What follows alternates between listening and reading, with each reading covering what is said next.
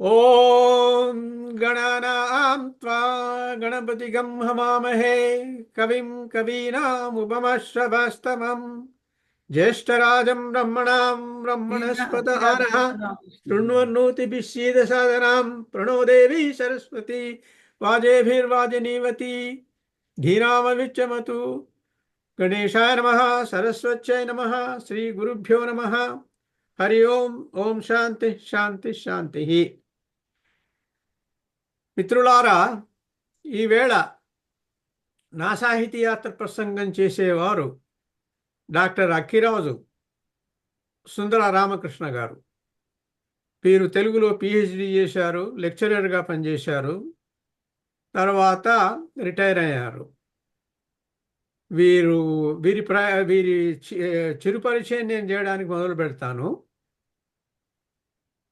అక్కిరాజు నా సాహితీ యాత్ర ప్రసంగం అక్టోబర్ 2, 2024 అక్కిరాజు గారు రచించిన ఈ క్రింది 12 పుస్తకాలను పరిచయానికి వాడడం జరిగింది. 1 భీమలింగ శతకము, 2 రంగరంగ, 3 మెంఫిస్ వెంకటేశ్వర, 4 ఎన్టీ రామ, 5 శ్రీ గిరిబాబు, 6 శ్రీ గండభేరుండ నరసింహ, 7 కేవి రమణ, 8 మరో సుమతి శతకం, 9 జమునారమణ, 10 అంతర్మథనం, 11 ప్రాంజలింతుర వరద జ్వాల నరసింహ, 12 నందిగామ కొలువున్న సుందరాఖ్య. అక్కిరాజు గారి గురించి కొందరి ప్రముఖుల అభిప్రాయాల ముందు మీకు నివేదిస్తా. అక్కిరాజు వెంకటేశ్వర శర్మ గారు వీరి కీర్తిశేషులు, వీరి అన్నగారు. మా తమ్ముడు చిరంజీవి డాక్టర్ అక్కిరాజు సుందరరామకృష్ణ బహుముఖ ప్రజ్ఞాశాలి. సాహితీ సభలందు పద్య పఠనమున ఇతని గాన మాధుర్యమునకు, సరస సంభాషణ చాతుర్యమునకు, నాటక సినీ రంగములందు ఇతని నటన కౌశలమునకు మెచ్చి సెహవాస్ అని తలలూపని వారును, కరతాళధ్వనుల చేత ఆనంద పారవశ్యమును వెల్లడి చేయని వారును లేరనుట అతిశయోక్తి కాదు. ఆయన వారి అన్నగారు. తర్వాత రెండవ వారు ఎవరంటే మోబాబ్ ఉషాద్రిపతి. తొలుత నాకు ఆయన నటునిగా, నాయకునిగా మాత్రమే తెలుసు. అమ్మతోడు కావ్యం చదివిన తదుపరి వారి కవిత విరాట్ స్వరూపము గోచరించినది. తర్వాత మీ అందరికీ తెలిసినటువంటి ఆచార్య జీవి సుబ్రహ్మణ్యం గారు. కవిత్వంలో ఆర్తి కంటే వార్త ఎక్కువ, అధిక్షేపం కంటే అవహేళన ఎక్కువ, దేవుడికి వినతులతో చెప్పిన దానికంటే వినోదంగా చెప్పడం ఎక్కువ, లోచూపు కంటే లోకం చూపు ఎక్కువ.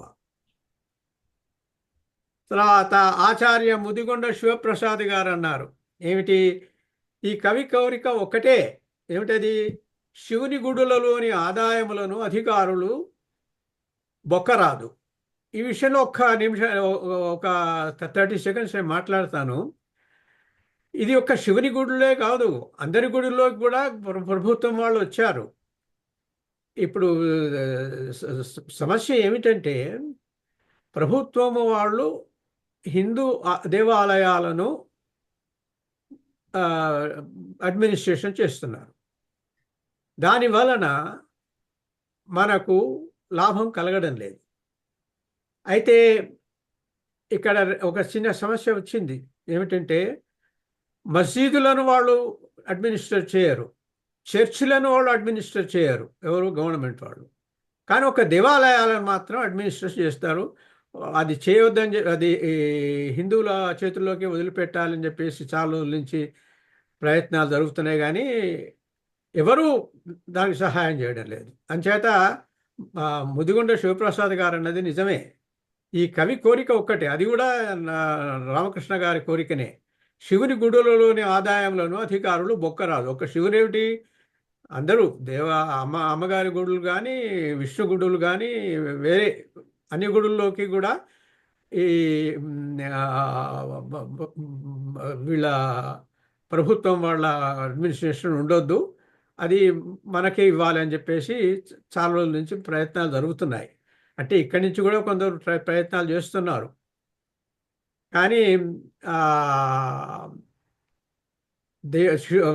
హిందూ దేవాలయాల్లో చాలా ఆదాయం ఉన్నది. అందుచేత రాజకీయ పార్టీలకి అవి చాలా మంచివి, ఎందుకంటే వాళ్ళు వాటిని తమ ఎలక్షన్ల కోసం యూజ్ చేసుకోవచ్చు. అయితే ఒక ఆశ్చర్యం ఏమిటంటే కీర్తిశేషులు ఎన్టీ రామారావు గారు చీఫ్ మినిస్టర్గా ఉన్నప్పుడు ఆయన చేయాల్సింది గవర్నమెంట్ కంట్రోల్ తీసేయడం, అట్లీస్ట్ కనీసం ఆంధ్రప్రదేశ్లోను తెలంగాణ అప్పటి ఆంధ్రప్రదేశ్లో. కానీ ఆయన చేయలేదు, ఎవరూ చేయలేదు. ఇప్పుడు ప్రధానమంత్రి కూడా చేయాల్సింది, కానీ ఆయన కూడా చేయడం లేదు, అది వేరే విషయం. రాళ్లపల్లి గారు నిజమైన భక్తుడికి దేవుడు లోకువ. ఎందుకంటే ఈ 12 శతకాల్లో ఇవన్నీ కూడా దేవుణ్ణి పొగుడుతున్నాయి, దేవుణ్ణి ఒక విధంగా విమర్శిస్తున్నాయి కూడా. కానీ భక్తుడికి దేవుడు ఎప్పుడు లోకం అని చెప్పేసి రాళ్లపల్లి గారు అన్నారు. తర్వాత తనికెళ్ళ భరణి గారు ఏమన్నారంటే, ఆ తిన్నడు ఇచ్చినట్లు ఆ తిన్నడు అంటే తిన్నడు శివుడికి ఇచ్చాడు కదా, నాన్ వెజ్ డిష్లు ఇవ్వడం నా వల్ల కాదు అని రామకృష్ణ గారు అన్నారు. అని ఏమంటారు మరి, ఏమిస్తారు? దివ్యమైనట్టి గోంగూర తెచ్చి ఇత్తు, శూరులందిను పల్నాటి కారమిత్తు, కమ్మనం ఘాటుది అవకాయనిత్తు, కోమలాపాంగ పసితాంగ భీమలింగ. తర్వాత బేతవోలు రామబ్రహ్మం గారు ఏమన్నారంటే, సాదాసీదా పదాలతో ఇరుగంటి వాడితోనో పొరుగంటి వాడితోనో మాట్లాడుతున్నారు, ఎవరో మాట్లాడుతున్నారు. నేను అదే ఆలోచిస్తున్నాను ఎవరని చెప్పేసి. మీరు మాట్లాడొద్దండి సరోజ గారు, మీరు మాట్లాడొద్దు. అందులో ఉంది మీకు నెంబర్, అది జూమ్ నెంబర్. అది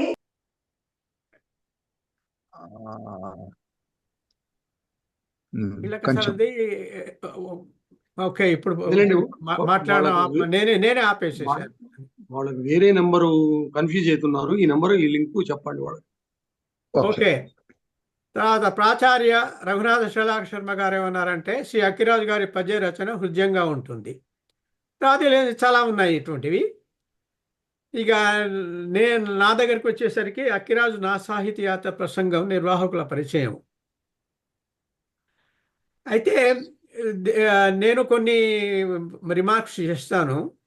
అది ఏమిటంటే, ఈయన కొన్ని భావాలను వేరే చోటు నుంచి తీసుకొని వాటిని తనవే అన్నట్టు చెప్పారని మరి నాకు తెలియదు. కానీ ఒక మాట వీరు ఏమన్నదంటే, పలుకులయ్యవి వాడి ములుకులవలె దోచు మనసు మాత్రము వెన్న.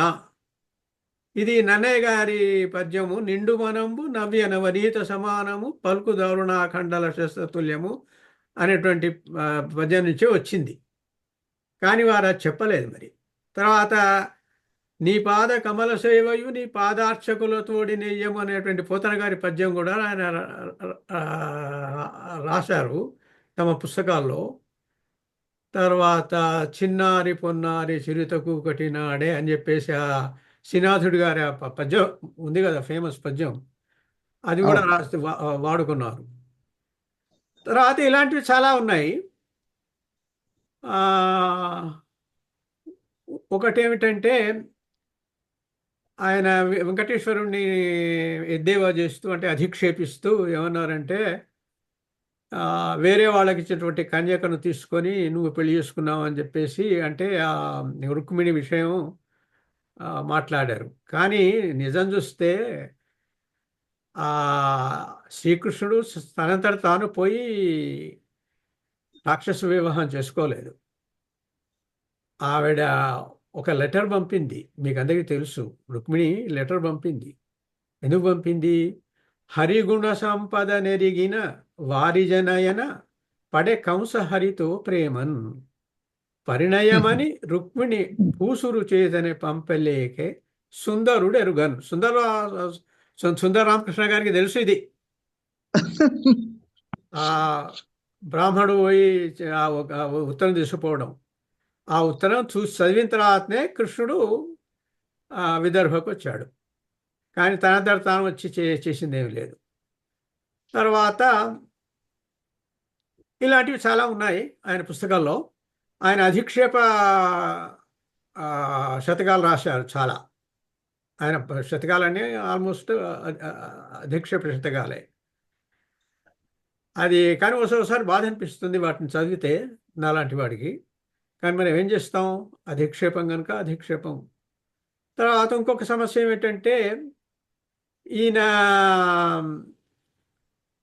సరస్వతిని కూడా వదిలిపెట్టలేదు. ఆయన ఏమన్నాడు, సరస్వతిని చెప్పలనాయన, మాయలాడి, గొప్పజాణ, బేల, రోల్డ్ గోల్డ్ నెక్లెస్ తీసుకున్నది, తర్వాత రూబీ రంగు కమ్మలు, వన్నెలాడి, కానీ స్త్రీ పైన నాకు ఆశలు ఇంకాస్త పెరిగే అనేటువంటి ఫ్రేజ్ ఒకటి వాడారు. నెరజాణ, సొగసు కొత్తే అని అన్నారు. మరి తల్లిని ఈ విధంగా అంటారా ఎవరైనా, ఇంత అధిక్షేపమైనా అనేటువంటి ప్రశ్నలు వస్తాయి. తర్వాత ఈయన 5 భాషల్లో వాడారు తమ పుస్తకాల్లో. 5 భాషలు వాడారు తమ పుస్తకాల్లో: సంస్కృతం, తెలుగు, ఆంగ్లం, హిందీ మరియు ఉర్దూ.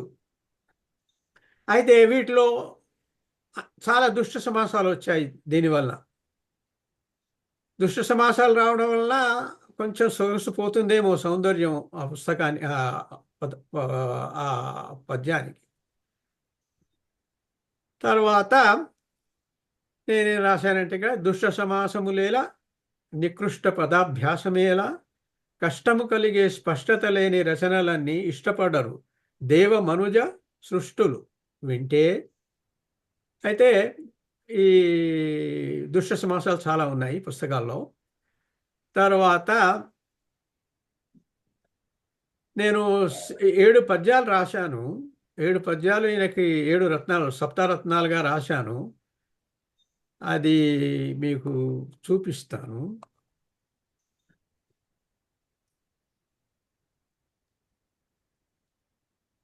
ఈ 7 పద్యాలు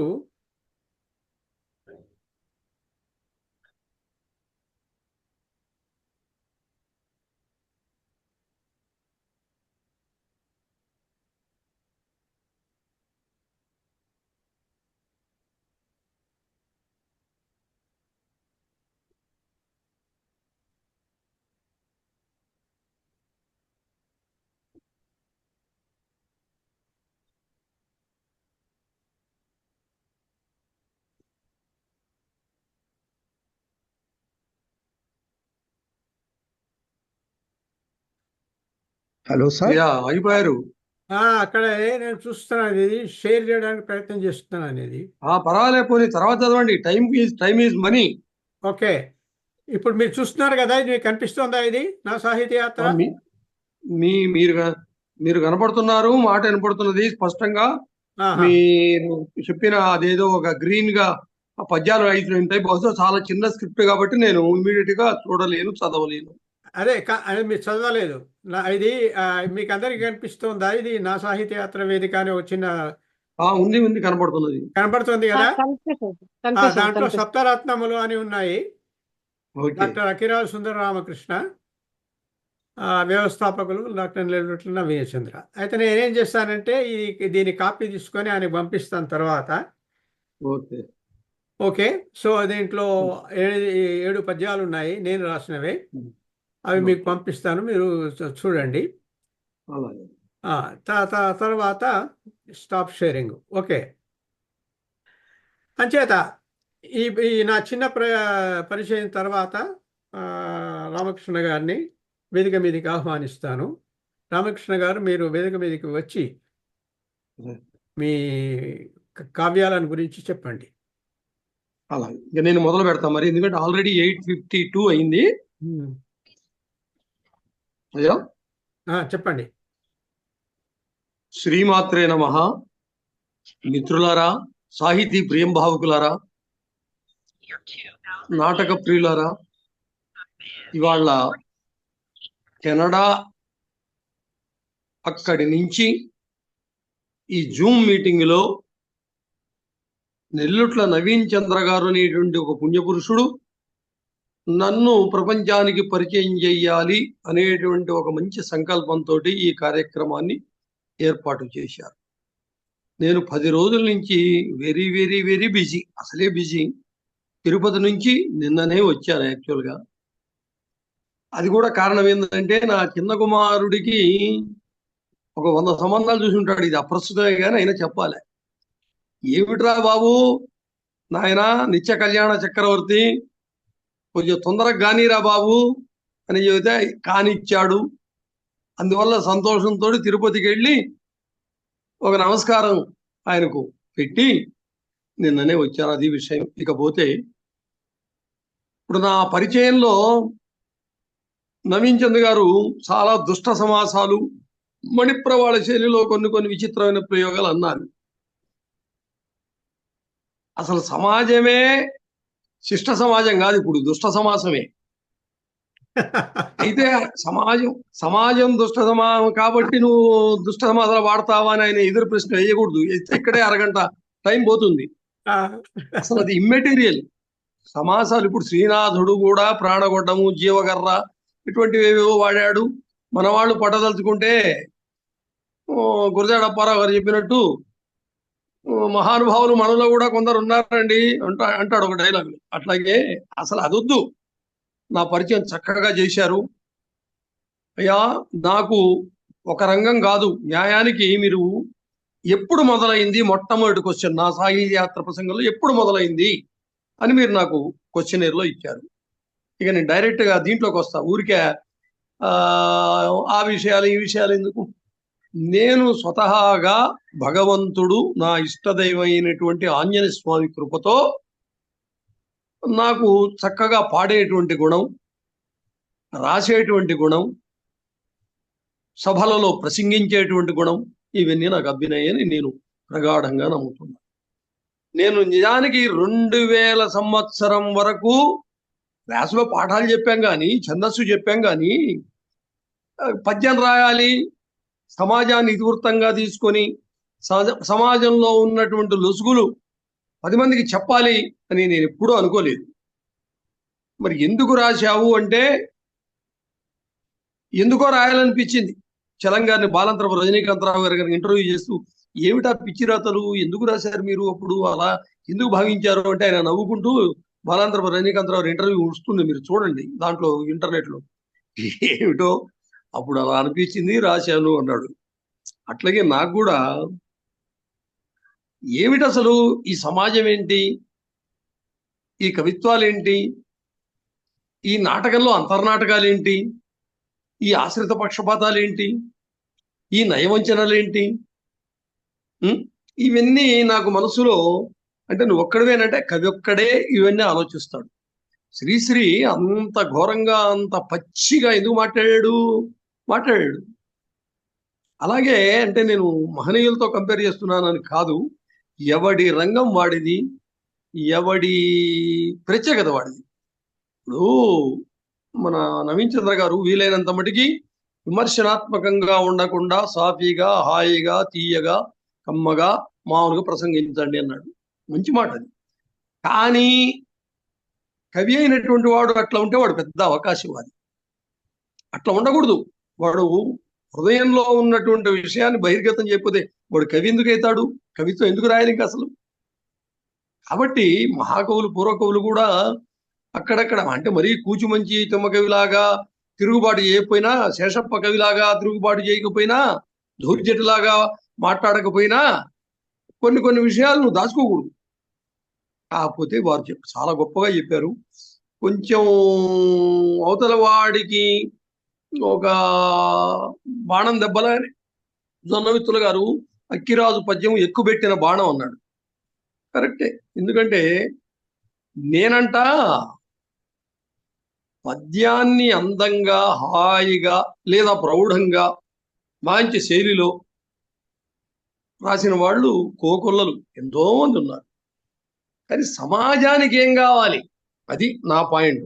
మరి నువ్వు ఇచ్చావా సమాజానికి, సమాజం బాగుపడ్డదా అంటే నాకన్నా ముందరే వీరేశలింగం గారు, చిలకమర్తి వారు, కాళ్ళకూరి వారు, మహనీయులైనటువంటి వాళ్ళు ఎన్నెన్నో గొప్ప కావ్యాలు, నాటకాలు, పద్యాలు పుంఖానుపుంఖాలుగా ఆధునికుల్లో ఎంతో మంది.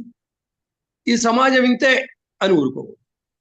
కాబట్టి మిత్రులారా, ఒక ప్రార్థన చేసి, ఇందాక నెల్లూట్ల వారు కూడా చేశారు, కానీ అసలు ప్రసంగం నాది కాబట్టి నేను కూడా ఒక చిన్న ప్రసంగంతో చెప్పి ఆ పద్యాన్ని గురించి 2 మాటలు చెప్పడం ధర్మం కాబట్టి, ఎందుకంటే ఆ పద్యం నాది కాదు, వేరే వాడి పద్యం చెప్పినప్పుడు, ఇప్పుడు నన్నయ్య గారి పద్యం చెప్పారు ఆయన, దీనికి అనుకరణ అన్నాడు. అట్లాగే సరస్వతి దేవిని కూడా జాణ నెరజాణ సొగసుగత్తె అని. ఏమంటే తప్పే ఉంది? సొగసుగత్తె, ఆమె సొగసుగత్తె కాకపోతే తప్పు, ఆమె చాలా సొగసుగత్తె. ఇప్పుడు కాటుక గండ్ల నీరు చనుగట్టు పోయి మరి ఎలా ఏడ్చదో అంటే, చనుగట్టు అంటే ఎట్లండి అంటే అన్నట్టు ఉంటుంది. అదేం కాదు, అది వేరే అంశం అనుకోండి. మాణిక్యాంచిత కాంచికా రుచులతో మంజీరనాదమ్ముతో వాణీ మద్రసనగ్రవేదికను శుంభద్రీతి నర్తింపగన్ వీణాపాణి విరించి రాణి అలివేణి సైకత శ్రోణి కళ్యాణి నానుతులౌదరమ్ము జనని బ్రహ్మాణి చిద్రూపిణి.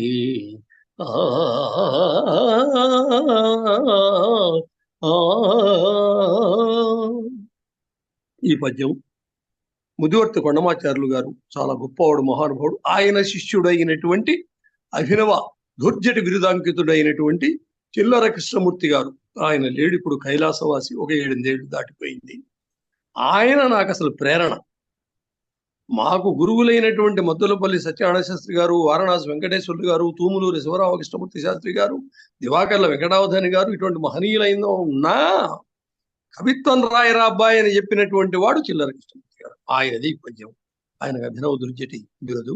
సరే, ఆయనకు ఒక నమస్కారం చేసి, మిత్రులారా, 2000లో మొదలు పెట్టానన్నా కదా, దాని పేరు అమ్మతోడు.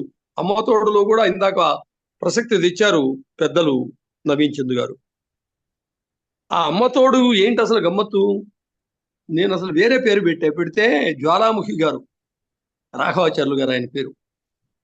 వాళ్ళదేదో వాళ్ళ సిద్ధాంతాలు అరసాలని విరసాలని అవి మనకు అనవసరం. విప్లవం, మరి దిగంబర కవిత్వాలు అవన్నీ మనకు అనవసరం. ఆయన ఎన్బి సైన్స్ కాలేజీలో, ఈవినింగ్ కాలేజీలో పనిచేసేవాడు. మా మామగారు కూడా అక్కడే చేసేవాడు. మా మామగారు ఉన్నారు, 93 ఏళ్ల వాడు, ఆయన బాటనీ లెక్చరరు. సరే, రాఘవాచార్యులు గారు కాలం చేసిన సంగతి అందరికీ. నేను ఊరికే సరదాగా ఈ పుస్తకానికి వెయిట్కి రాయండి అన్నాడు. అంటే అయ్య బాబోయ్, ఏమిటి చిరంజీవి ఇంత దూకుడుగా వ్యవహరించాడు అన్నాడు. ఎందుకు మరి ఆయనకు అట్లా అనిపించింది. అలాగే సంపత్ కుమారాచార్యులు గారు రాసిన ఉత్తరం నా దగ్గర ఇంకా ఉంది.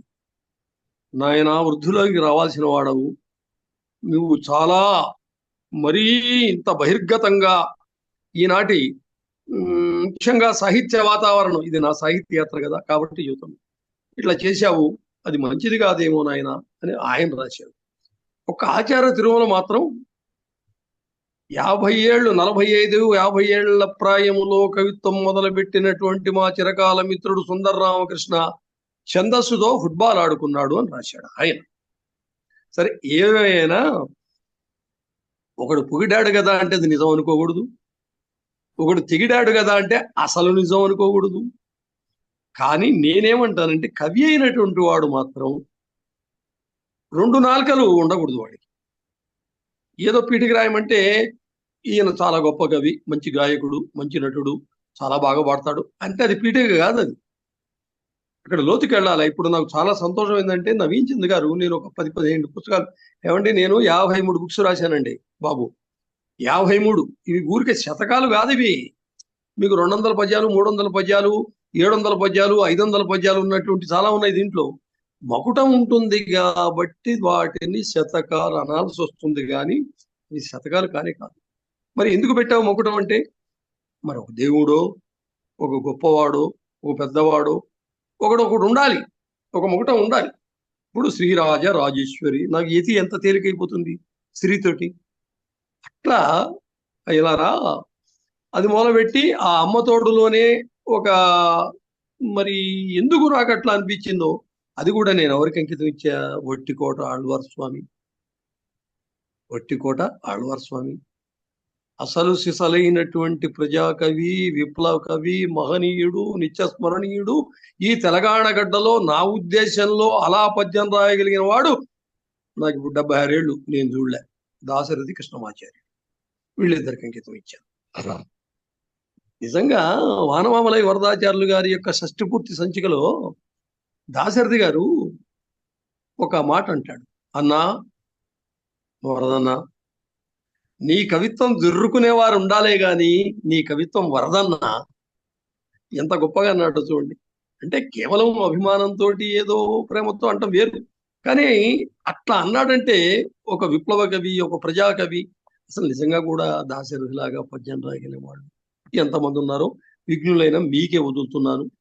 పైన ఇంకోటి, అంత చిన్నతనంలో అట్లా ఆవేశంతో, అందుకనే నేను ప్రశంసాపూర్వకంగా అమ్మతోడు ప్రసక్తి తెచ్చా కాబట్టి, గిడ్డానంచు తలంపబోకు మీద నిన్ గీలించదన్ బిడ్డా చూపెదనా తడాక ఎనుతున్ వెంటాడి నైజాము ఆ బుడ్డారాజుకు పక్కబల్లె మగుచున్ పోరాటమున్ గెలిచి మా గడ్డన్ వెలిగిన విప్లవాగ్నికి ఇదని నర్పింతు మత్కావ్యము. ఇది ఎట్లా వచ్చింది ఏమిటంటే అదొక విషయం. తర్వాత పద్యాలు చాలా గమ్మత్తుగా ఉంటాయి. దాంట్లో తీవ్రమైనటువంటి నేటి సాహిత్య యాత్ర అన్నారు కదా, నా సాహిత్య యాత్ర. అసలు కవులు ఎందుకు, ఏమిటి ఇంత ఆశ్రయింపు ధోరణి కావాలా, ఇంత నీ బాంచం ధర కాల్మొక్కుతా అనే రీతిలో ప్రవర్తించాలా అంటూ అట్లా వచ్చి నేటి విద్యా విధానము, రాజకీయ రంగము, కుటుంబ వ్యవస్థ, వీటన్నిటి మీద అట్లా సాగిపోతాయి. అవన్నీ చెప్పుకుంటే గంట ఎక్కడ అయిపోతుంది. కాబట్టి నేను చెప్పను. ఒక పద్యం మాత్రం ఊరిక చెప్పాలనిపిస్తున్నది కాబట్టి చెప్తాను.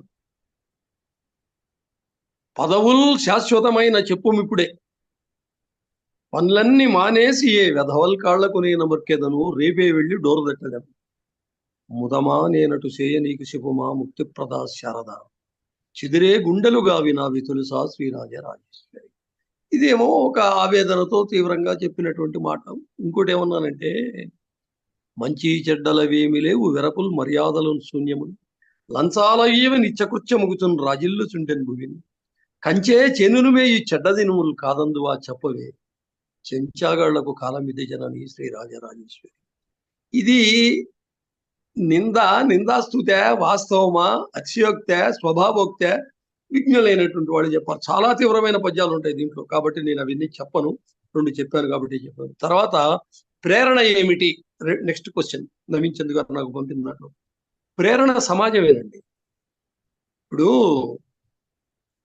ఒక వ్యక్తి, అర్హుడైనటువంటి వ్యక్తి, అర్హుడని నీ అంతా నువ్వే అనుకుంటే ఎట్రా బాబు అంటే there is no answer for that.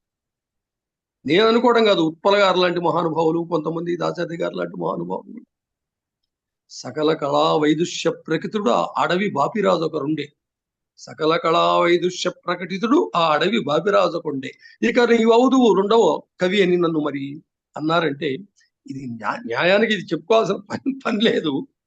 ఇక నీవు అవుదు 2వ కవి మన తెలుగునాట ఏదో సుందర రామ అని ఉత్పల గారు. పెద్దవాళ్ళ ఆశీర్వచనం ఉంది అని చెప్పడానికి చెబుతున్నాను, అంతకంటే అమ్మతో వదిలేసేయండి. అది చదవాల్సిన పుస్తకమే కానీ పుస్తకాలు కూడా అయిపోయినాయి. ప్రేరణ సమాజమేనండి. తర్వాత కొంతమంది కవులు ఆ మాట చెప్పాలి. ఎందుకంటే ఇది మనకు ఒక రకమైన మింగలేము కక్కలేమంటుంది. అటువంటి పద్యాలు మీకు దీంట్లో చాలా ఉంటాయి. తర్వాత అడ్డంకులు కలిగాయా, ఎలా అధిగమించారు, నెక్స్ట్ క్వశ్చన్. అడ్డంకులేండి, ఎవడో అడ్డంకులైనా ఆగిపోతే నువ్వు అసలు కవిగానే కావు. ఇప్పుడు ఒకటి వస్తాడండి, ఒక నాటకం అయిన తర్వాత, ఏమంటే మీరు బాగవాడలేదండి, చండాలంగా అన్ని తప్పులు చదివారండి, శృతి బాగలేదండి అంటే అది కావాలన్నమాట. అది వాడిని, అవతల వాడిని కొంచెం అవమానం చేయటం కావచ్చు, లేకపోతే నిజం కూడా కావచ్చు, ఒకసారి నిజం కూడా కావచ్చు. కానీ ఆత్మదృష్టం గురోర్వాక్యం తృతీయం ఆత్మనిశ్చయం. నువ్వు పరీక్ష రాస్తే నీకు ఎన్ని మార్కులు వస్తే తెలియదా? నీకు 80 వస్తాయి అనుకోకపోయినా 60 రావాలి అనేటువంటిది నీకు ఉంటుంది. నువ్వు మరీ క్వశ్చన్ పేపర్ని యాజిటీస్గా అదే మళ్ళీ రాసావనుకో, యు ఆర్ ఏ జీరో. కాబట్టి ఏంటంటే అడ్డంకులు కలిగాయి. నేను చెప్పాగా, సంపత్ కుమార్ ఆచార్య గారు, నాయన ఎందుకురా ఇవన్నీ ఇట్లా.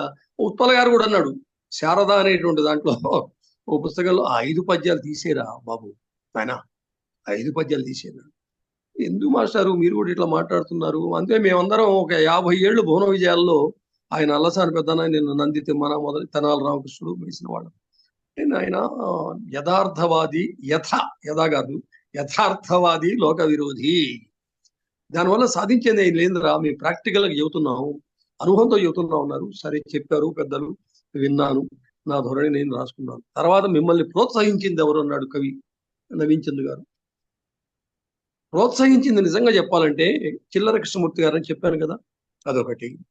తర్వాత భువన విజయ్ బృందంలో దివాకర్ల వెంకటావధాని గారు లేకపోతే మేము లేము. కొంతమంది మాలో కూడా ఆ చిరంజీవి నాటకంలాగా పద్యం పాడుతున్నాడు మాస్టారు, మనమేమో కవులము పండితులము, మన మధ్య ఈ పిల్లవాడైంది పేర్లు చెప్పను నేనేమో మంచి వయసులో ఉన్నవాడినాయి, మరి ఆపురి వాయకుండు మకరాంక శశాంకమూర్తిలాగా ఉంది అప్పుడు నిజంగానే. అయితే అవధాని గారితో మరోజు పోయి మాస్టారు నన్ను ఫలానా ఆయన ఇట్లా అన్నాడు సార్, నాటకం పద్యం లాగా ఉంది అంటున్నాడు సార్, ఏంటి సార్. మరి చిన్నపిల్లలం పోయి చెప్పుకుంటాం తల్లికో తండ్రికో గురువుకో. ఎవరన్నారండి అన్నాడు. ఫలానా అని చెప్పాను. ఏమండి వాళ్లకు అసూయ అండి, మీరు పద్యం కమ్మగా పాడుతున్నారు, మీరు మీ ధోరణిలో మీరు పాడండి, ఏం పర్వాలేదండి నన్ను ప్రోత్సహించినటువంటి మొదటి వ్యక్తి ఆచార్య దివాకర్ల వెంకటావధాని గారు. అట్లాగే ఇంకా చాలా మంది. ఏమండి నేను దాదాపు 16 సార్లు అమెరికా వచ్చాను, చాలా స్టేట్స్ తిరిగాను, తర్వాత అనేకమైనటువంటి వేదికలలో అనేకమైన ఉపన్యాసాలు ఇచ్చాను. నాదొక ప్రత్యేకమైన ధోరణి అండి. అక్కడ వాళ్ళు కూడా నన్ను చాలా ప్రోత్సహించారు. ఒక ఆయన అన్నాడు, అసలు ఉపన్యాసం ఎందుకండి అక్కిరాజు గారు వాషింగ్టన్ డీసీలో.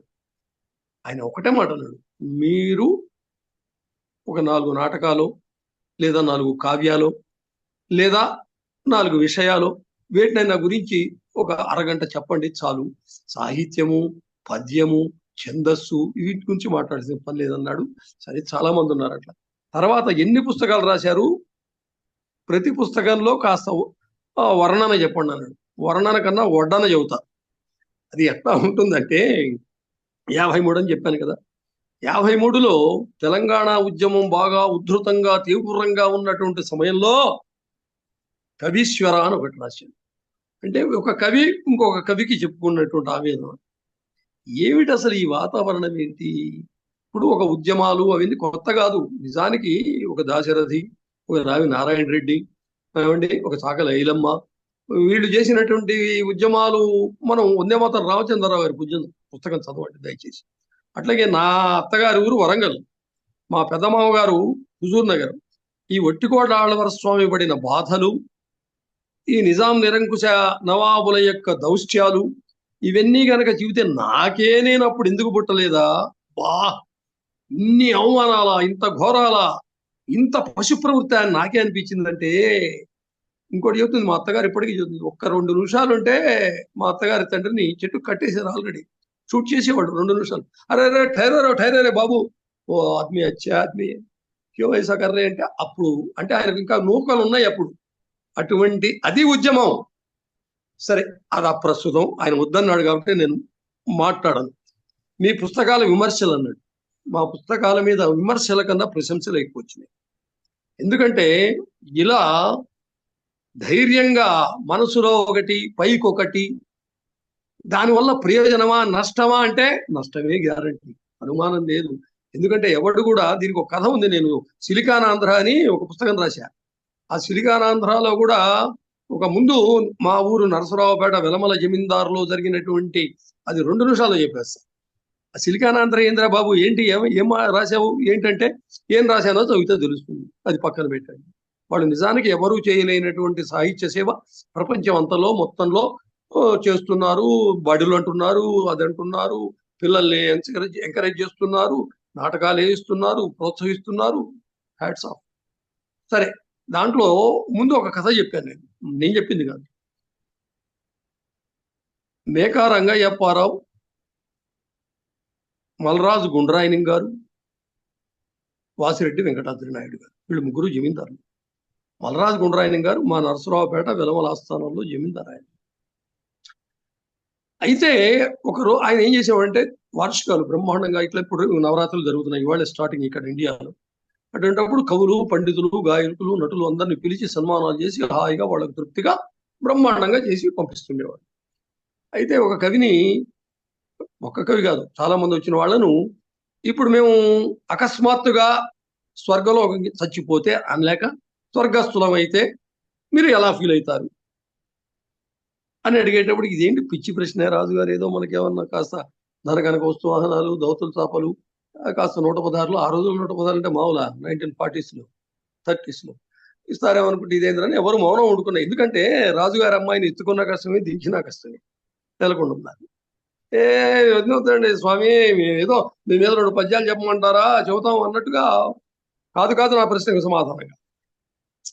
అప్పుడు ఒకడు అక్కడున్నవాడే అంటే కవితా ప్రియుడు, సాహిత్య ప్రియుడు, పద్య నాటక ప్రియుడు ఒకడు నేను చెబుతానన్నాడు. ఎవడురా గుడ్లు కాసుకుండేవాళ్ళలాగున్నావే? అవునండి, నేను ఇక్కడ కొట్టంలో గుడ్లు కాసుకుంటుంటాను. ఏంటంటే వాడు ఒకటే మాట 3 ముక్కల్లో చెప్పాడు.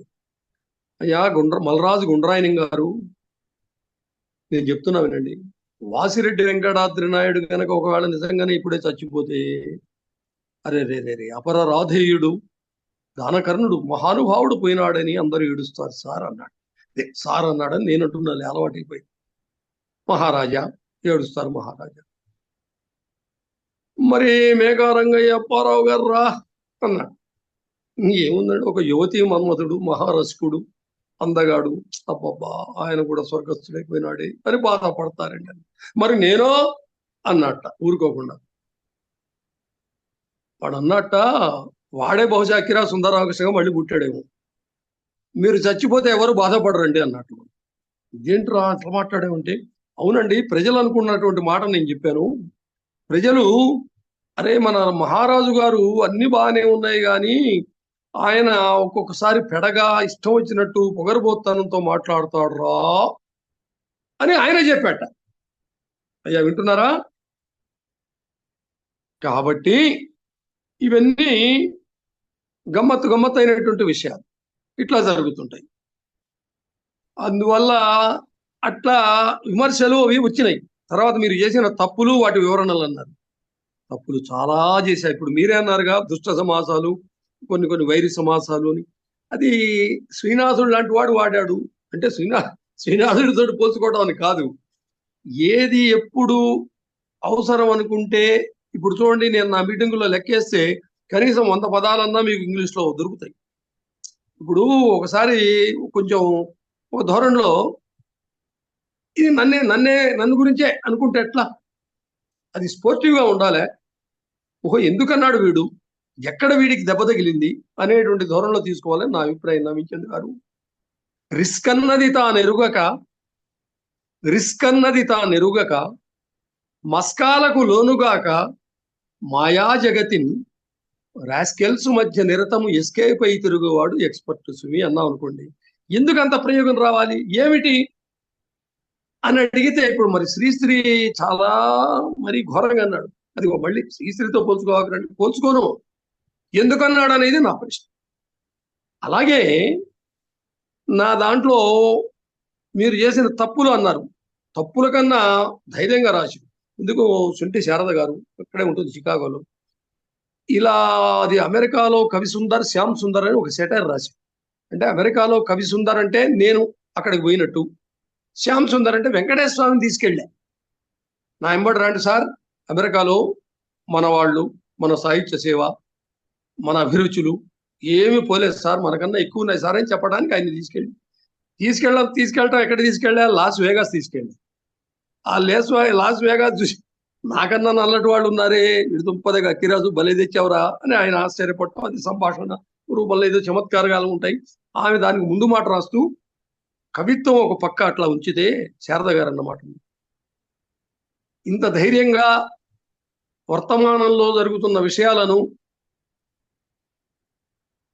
కాగితం మీద పెట్టి కవిత్వం రాయటం అనేటువంటిది మిక్కిలి శ్లాఘనీయము. అక్కిరాజు వారికి మా హార్దికాభినందనలు.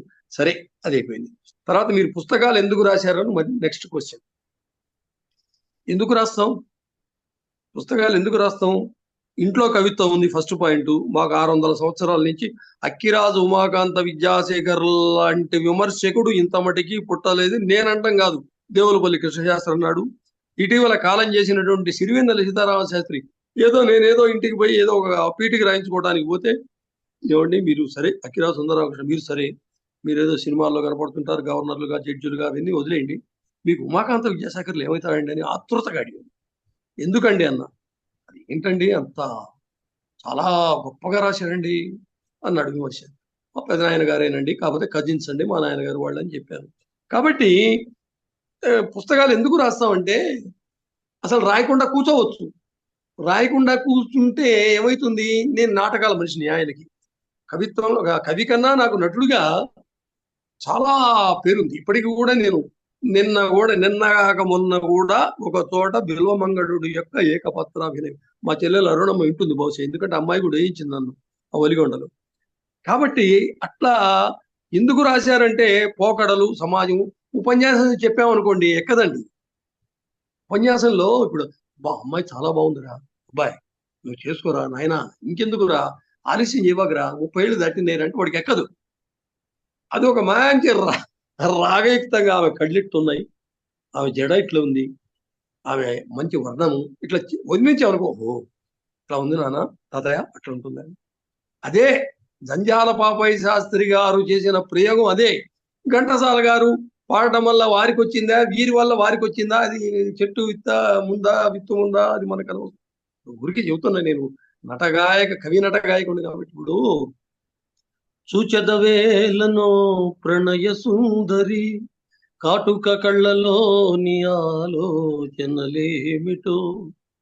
పరిణలోచని. చూడండి ఎంత ఆ అంటల్లో గాని ప్రణయ సుందరి, చూచెదవేలను ప్రణయ సుందరి, ఈ పదాల వల్ల ఏమైతుందంటే కవిత్వానికి కవిత్వం ఉంది, సంగీతం అనేటువంటి దానికి అట్లా చేసి పాడబట్టడం వల్ల ఆ ఎవరో ఏ ప్రణయ సుందరో, లేదా జంజాల బాబాయ్ శాస్త్రి గారు ఎక్కడన్నా స్టాఫ్ మెంబర్లో చూశాడా, లేకపోతే గుంటూరులో చూశాడా అని కూడా మనకు అనుమానం వస్తుంది. రావచ్చు, తప్పేముంది. కాబట్టి ఏంటంటే ఇది ఎందుకు రాశామంటే లోకము, పోకడ, మనుషులు, ప్రవృత్తులు, ముఖ్యంగా నా దాంట్లో చెప్పే కదా ధర్మాగ్రహం. అసలు ధర్మం అనేది గమ్మత్తు. నిన్ననేగా వెంకటేశ్వర స్వామి దర్శనం చేసుకొని వచ్చా. ఏమిటి అసలు ఆ రష్ ఏమిటి, రోజుకు 3 కోట్ల ఆదాయం ఏమిటి, ఏదో ఉంది, ఏమీ లేదంటే ఎట్లా. మళ్ళా ఇంకోటి కూడా చెబుతున్నాను, వెంకటేశ్వర స్వామి మీద 4 పుస్తకాలలో రంగరంగ రవిచంద్ర గారు చదివి ఉంటారు. అంత తీవ్రంగా, అంత అధిక్షేపంగా, అంత ప్రశ్నార్థకంగా. ఒకవేళ శేషప్ప గారు మహానుభావుడు, ఆయన పోల్చుకోకూడదు. అసలు ఎవడు అన్న మాట అన్నాడు అండి శేషప్ప కవి. ఏమిటి నా సంగతి ఏమిటి తెలుసు, ఎన్నాళ్ళు, ఏదో అందరూ చెబుతారు అధిక విద్యావంతుల ప్రయోజకులు ఏది పూర్ణసుంటలు, అది కాదు. మీరు చదవండి మళ్ళీ. నువ్వు గనక నాకు సరైన సమాధానం చెప్పకపోతే ఎప్పుడో నీ మీద తిరగబడతా అన్నాడండి నరసింహస్వామితోటి. వెంకటేశ్వర స్వామితోటి నేను అన్నా పర్వాలే, నరసింహస్వామితో అంత ధైర్యంగా అంటే శేషప్ప అండి, కైలంటే శేషప్ప. అది ఆగ్రహం రావాలి, అంటే ధూర్యటి. సరే వాడేమన్నాడు అక్కడికి వచ్చేప్పుడు చెబుతాను. మీకు ఇష్టమైన సాహితీ పరులు ఎవరు, వారంటే ఇష్టం ఎందుకు అన్నారు. నేను మొట్టమొదటే చెప్పా, అటు ఆంధ్రదేశంలో జాషువాను మించిన కవి లేడని నా ఉద్దేశం. మరి విశ్వనాథ్ సంగతి ఏందయా అన్నారు చాలా మంది. విశ్వనాథ్ అనేవాడు అదొక దిగ్గజం, మహానుభావుడు. అది వేరే. ఇప్పుడు దేవతల్లో హనుమంతుడు ఎటువంటి వాడో, శని అందరికి పట్టాడు. హనుమంతుడు బుధాల మీద ఇక్కడికి ఎక్కించుకొని కదలకుండా చేయగలిగిన వాడు హనుమంతుడు ఒక్కడే. ఇదిగో విశ్వనాథ సత్యనారాయణ గారు అటువంటి మహాన్. ఆయనతోటి కంపారిజన్ ఎందుకు. జాషువాలాగా పద్యం రాయగలమా చెప్పండి ఎవడైనా. నా ఉద్దేశం అయితే వస్తాడేమో ముందు. నేను అందుకనే మన ఉస్మానియా యూనివర్సిటీలో తెలుగు పద్యము నాటక వైభవం అనేటువంటి దాంట్లో మొట్టమొదటి నేను చెప్పి, మీరు ఎవరినైనా మర్చిపోండి, వదిలేయండి, జాషువాను మాత్రం మర్చిపో అని చెబితే వాళ్ళు చాలా ఆనందపడ్డారు. సరే జాషువా పద్యాలు ఇవన్నీ నాటకాల్లో వాడుకుంటున్నాము, అది భిన్నమైన అంశం మనకు. కాబట్టి ఏంటంటే నాకు ఎవరిష్టం అంటే అక్కడ జాషువా, ఇక్కడ మీకు ఇందాకనే చెప్పా దాశరథి. జ్ఞానులు పిచ్చివారి వల్ల సాధుజనులు బలహీనులట్లు లోకానకు కానిపించదు, కానీ నిజంబది కాదులే అంటాడు. తురకలు చెడ్డవారల్చు తోచను కొన్ని దినాలు అంటూ మళ్ళీ రిపెంట్ అయ్యి తొందరపడి విమర్శలు చేయకూడదు అన్నాడండి మహానుభావుడు. అంటే ఏందన్నమాట, ఇక్కడ మనలోనే మనకే పుల్లలు పెట్టేవాళ్ళు, అంతర్గత శత్రువులు ఎక్కువైనటువంటి జమానా ఇది అంటూ చాలా బాగా. సరే, అది మీకు ఇష్టమైన కవులు అన్నారు కాబట్టి నేను ఎందుకంటే చాలా క్వశ్చన్లు ఉన్నాయి ఇక్కడ.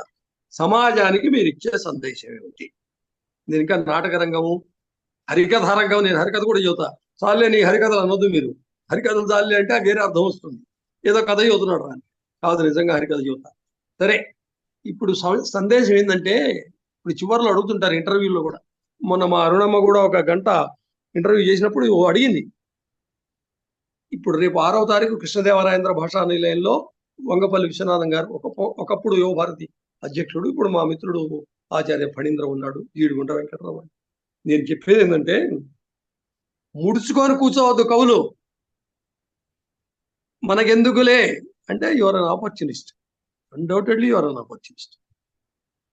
తీవ్రవాదివి అవక్కర్లేదు, విపరీతంగా మాట్లాడవాకు, అవతల వాళ్ళని మరీ బాధ పెట్టవా, కానీ ఎవరినైతే ప్రశ్నించాలో, ఎక్కడ అన్యాయం జరుగుతుందని నీ మనసుకు అంటే నీ మనసుకు తోచినంత మాత్రాన అన్యాయమా అని ప్రశ్నిస్తే నేను ఈ ప్రశ్నకు సమాధానం ఏది అన్నట్టుగా నేను మాట్లాడు. కానీ చాలా విద్యారంగంలో ముఖ్యంగా ఇన్ని అన్యాయాలు జరుగుతున్నాయి, ఎలా జరుగుతున్నాయి, ఎందుకు జరుగుతున్నాయి, ఏమిటి అని ప్రశ్న. ఇప్పుడు నిన్ననే నేను 18 ఏళ్ళైంది నా కాలేజీ రిటైర్ అయ్యి. ఊరికే నేనేదో గెస్టెడ్ ఆఫీసర్ సంతకం కోసం పోతే, అమ్మా తెలుగు ఎవరు చదువుతున్నారన్న అమ్మాయిని, ప్రిన్సిపాల్ అమ్మాయి హిందీ సబ్జెక్ట్, పిహెచ్డి చేసిన వాడు 6,000కు 7,000కు 3 పీరియడ్లు చదువుతున్నాడు. అంటే అసలు రిక్రూట్మెంట్ ఆపేసేశారు. రిక్రూట్మెంట్ అనేది అందుకనే చైతన్యాలు నారాయణులు వచ్చినాయి. అది వేరే అంశం, మనకు అనవసరం. కాబట్టి సమాజానికి నేను ఇచ్చే సందేశం ఒకే మాట చెబుతాను, పిరికి వాళ్ళు కావకండి. దాశరథి గారిలాగా, జాషువా గారిలాగా, శేషేంద్రలాగా గొప్పగా మీరు పద్యాలు వచనాలు ఏమి రాయలేకపోయినా వచనంలో అయినా, మొన్న అమ్మాయి జ్ఞాపకాల సంతకం రాసింది మా అరుణమ్మ, చూశా, దాంట్లో ఆవేదన ఉంది, వాస్తవికత ఉంది, విషయం ఉంది. కేవలం ఏదో అష్టాదశ వర్ణాలతోటి ఆమె కళ్ళు కమలాలు, ఆమె జడ నాగవేడి, ఇవన్నీ విని విని విని ఉన్నాం మనం. నేననేది ఎప్పటికైనా కవిత్వం అంటే ఏదైతే సమాజములో ఉన్నట్టు, నువ్వేంద్రా చెప్పేది, సమాజంలో ఉన్న ముసుగులు అప్పుడు ఉన్నాయి, ఇప్పుడున్న వీరేశలింగం పంతులు గారిని విపరీతంగా తిట్టారు. ఆయన ఇదంతా చేయడం లేదు, ఆయన ఒక రకమైనటువంటి ఉన్మాది, ఆయన తెలుసులే, ఆయన కథలో ఇట్లా మాట్లాడారు. ఎందుకంటే నాంటేలు 5 ఏళ్ళు చెప్పాను. కానీ అవన్నీ లెక్క చెప్పుడు నన్ను కూడా ఒక ఆయన కంట్రోల్లో ఉందన్నాడు. అంటే ఏంది, నేను ఏందిరా అంటే నాలుక కంట్రోల్లో పెట్టుకున్నావు అని ఆయన అర్థం. అది నాలుగు కంట్రోల్లో ఉంటుంది బాగా, నేను కూడా మీకు కూడా కంట్రోల్లో ఉందని అడిగాను. 4 కంట్రోల్లో ఉంటుంది అంటే ఏమంటే, ఒకటి గుర్తుపెట్టుకోండి, ఇప్పుడు సమాజంలో అవతల వారికి నొచ్చుకునేటువంటి రీతిలో కవిత రాయకూడదు. కానీ ఎప్పుడు రాస్తాము, వీడి మనసులో అంతరంగంలో బాధపడ్డప్పుడు అటు దేవుడి కన్నా చెప్పుకుంటాం, ఇటు నవీన్ చంద్ గారు లాంటి వాళ్ళకన్నా చెప్పుకుంటాం. లేకపోతే ఇప్పుడు ఇదేంటి అసలు ఈ మీడియా, ఈ మంచి టాపిక్ ఇది, ఎవరెవరు ఏ రకములైనటువంటి భావాలతోటి ఎంత గొప్పగా సాహిత్య లోకంలో తమ భావాలను 10 మందికి చెబుతున్నారు. నేను ఇంకా మధ్యలో వచ్చే పాటల్లో మీరు అది చెప్తా. నేను నాకు నటుడిగా, నటగాయకుడిగా వేరే రకమైనటువంటి ఒక కీర్తి ప్రతిష్ట నాకున్నది. తర్వాత ఏంటి, దేశభక్తిలో సాహిత్యం పాత్ర ఏమిటి, దేశం మీకు చేయాలా, మీరు దేశానికి చేయాలా, ఏది ముఖ్యం అని అడిగాడు. అందరు ఏమంటారంటే, ముందు దేశానికి నువ్వు చెయ్యి, తర్వాత దేశం నీకు చేస్తుందంట. It's wrong, quite wrong. నువ్వు దేశానికి నేను ఎట్లా చేస్తాను, అసలు నువ్వు నాకు ఏదైనా అవకాశం కల్పిస్తే కదా. ఇప్పుడు నాకు ఈ జూమ్ మీటింగ్ పెట్టారు, అసలు జూమ్ మీటింగ్ లేదనుకో, నేను మాట్లాడలేను, నేను చెప్పలేను. ఇది ఒక అవకాశం నాకు. దేశానికి ఎట్లా చేస్తానండి నేను? దేశం అనేటువంటిది ఒక కనీసం ఎవడు యోగ్యుడు ఎవడు అయోగ్యుడు ఇవి మాట్లాడొద్దు, వాడి యొక్క అర్హతలను బట్టి. అందుకనే నేను శారదలో చాలా బాధతోటి, సర్టిఫికేట్లు దొంగవవి చక్కగా పల్లి బఠానీ ఎట్లు, హైకోర్టుకు గేటు ముందు మరి కోటి అజంపుర వీధులందు, ఎయిర్పోర్టుకు ముందు వెనకాలను బోలెడు లభ్యము పిచ్చి తల్లి, నీ చార్టును కూడా చూడగను సత్యముగా పని లేదు శారద. ఇవాళ కావాలంటే దొంగ సర్టిఫికేట్లు పుడుతున్నాయి, అమెరికాలో కెనడాలో పుడుతున్నాయి, నాకు తెలియదు. మరి అటువంటిప్పుడు కవి అయినటువంటి వాడు ఊరుకొని నా దురదృష్టం లేదు, నా గీత ఇట్లా ఉంది, నా కర్మలే అంటే, వాడు he's not a man, he's not an individual, he's not a poet. కాబట్టి దేశం అనేటువంటిది మొట్టమొదట మనకిస్తే మనం ఏమైనా చేయగలమండి నవీన్ చంద్ గారు. అంతేగాని దేశానికి నేనేదో చేయాలంటే చేసిన వాళ్ళందరినీ చాలా మంది, ఇప్పుడు మా శ్రీగిరిరాజు సత్యనారాయణ గారు మా బాబాయ్, స్టాంచ్ కమ్యూనిస్ట్. బాబాయ్ అంటే పిన్ని మొగుడు, శ్రీగిరిరాజు సత్యనారాయణ గారు రోజుకు 12 పేపర్లు చదివాడు ఆ రోజుల్లోనే. మరి ఆయన చివరకు ఎప్పుడూ హౌస్ అరెస్టు, ఎప్పుడూ అండర్ గ్రౌండ్. ఏమిటి ఆ లైఫ్ ఏంటి అంటే, ఆయనేమో వాళ్ళ సిద్ధాంతాలు వాళ్ళవి. అందరూ ప్రకాశం పంతులు గారు లాగా, అందరూ పుచ్చలపల్లి సుందరయ్య గారు లాగా కూడా ఉండకూడదండి. కానీ మీరు అడిగారు కాబట్టి దేశం ముందు కవి కానీ వ్యక్తికి కానీ చేయాలండి నవీన్ చంద్ గారు. తర్వాత ఏంటంటే, ఏది ముఖ్యం అన్నారు, నేను చెప్పా దేశం మనల్ని పట్టించుకోవాలి. ఇవాళ 140 కోట్ల ఉంటే ఆధార్ కార్డు రావడానికి 30 సార్లు జరగాల్సి వస్తున్నది. ఏంటి పరిస్థితి? ఇక దేశభక్తి ఉండమంటే ఎట్లుంటుంది? అంశం వదిలేసేయండి, పక్కకు పెట్టేసేయండి. సంగీతంలో మీరు చేసిన కృషి న్యాయానికి గాడ్ గిఫ్ట్ అంటారు. నాకు చిన్నప్పటి నుంచి 6వ తరగతిలో ఉన్నప్పుడే నేను సత్యనారాయణ గారు, ఆయన పేరు నాకు బాగా గుర్తు, మ్యూజిక్ మాస్టర్. నమో హిందూ మాత సుజాత, నమో భరత మాత, ఈ పాట అందరికీ తెలుసు. నాకు ప్రథమ బహుమతి వచ్చింది.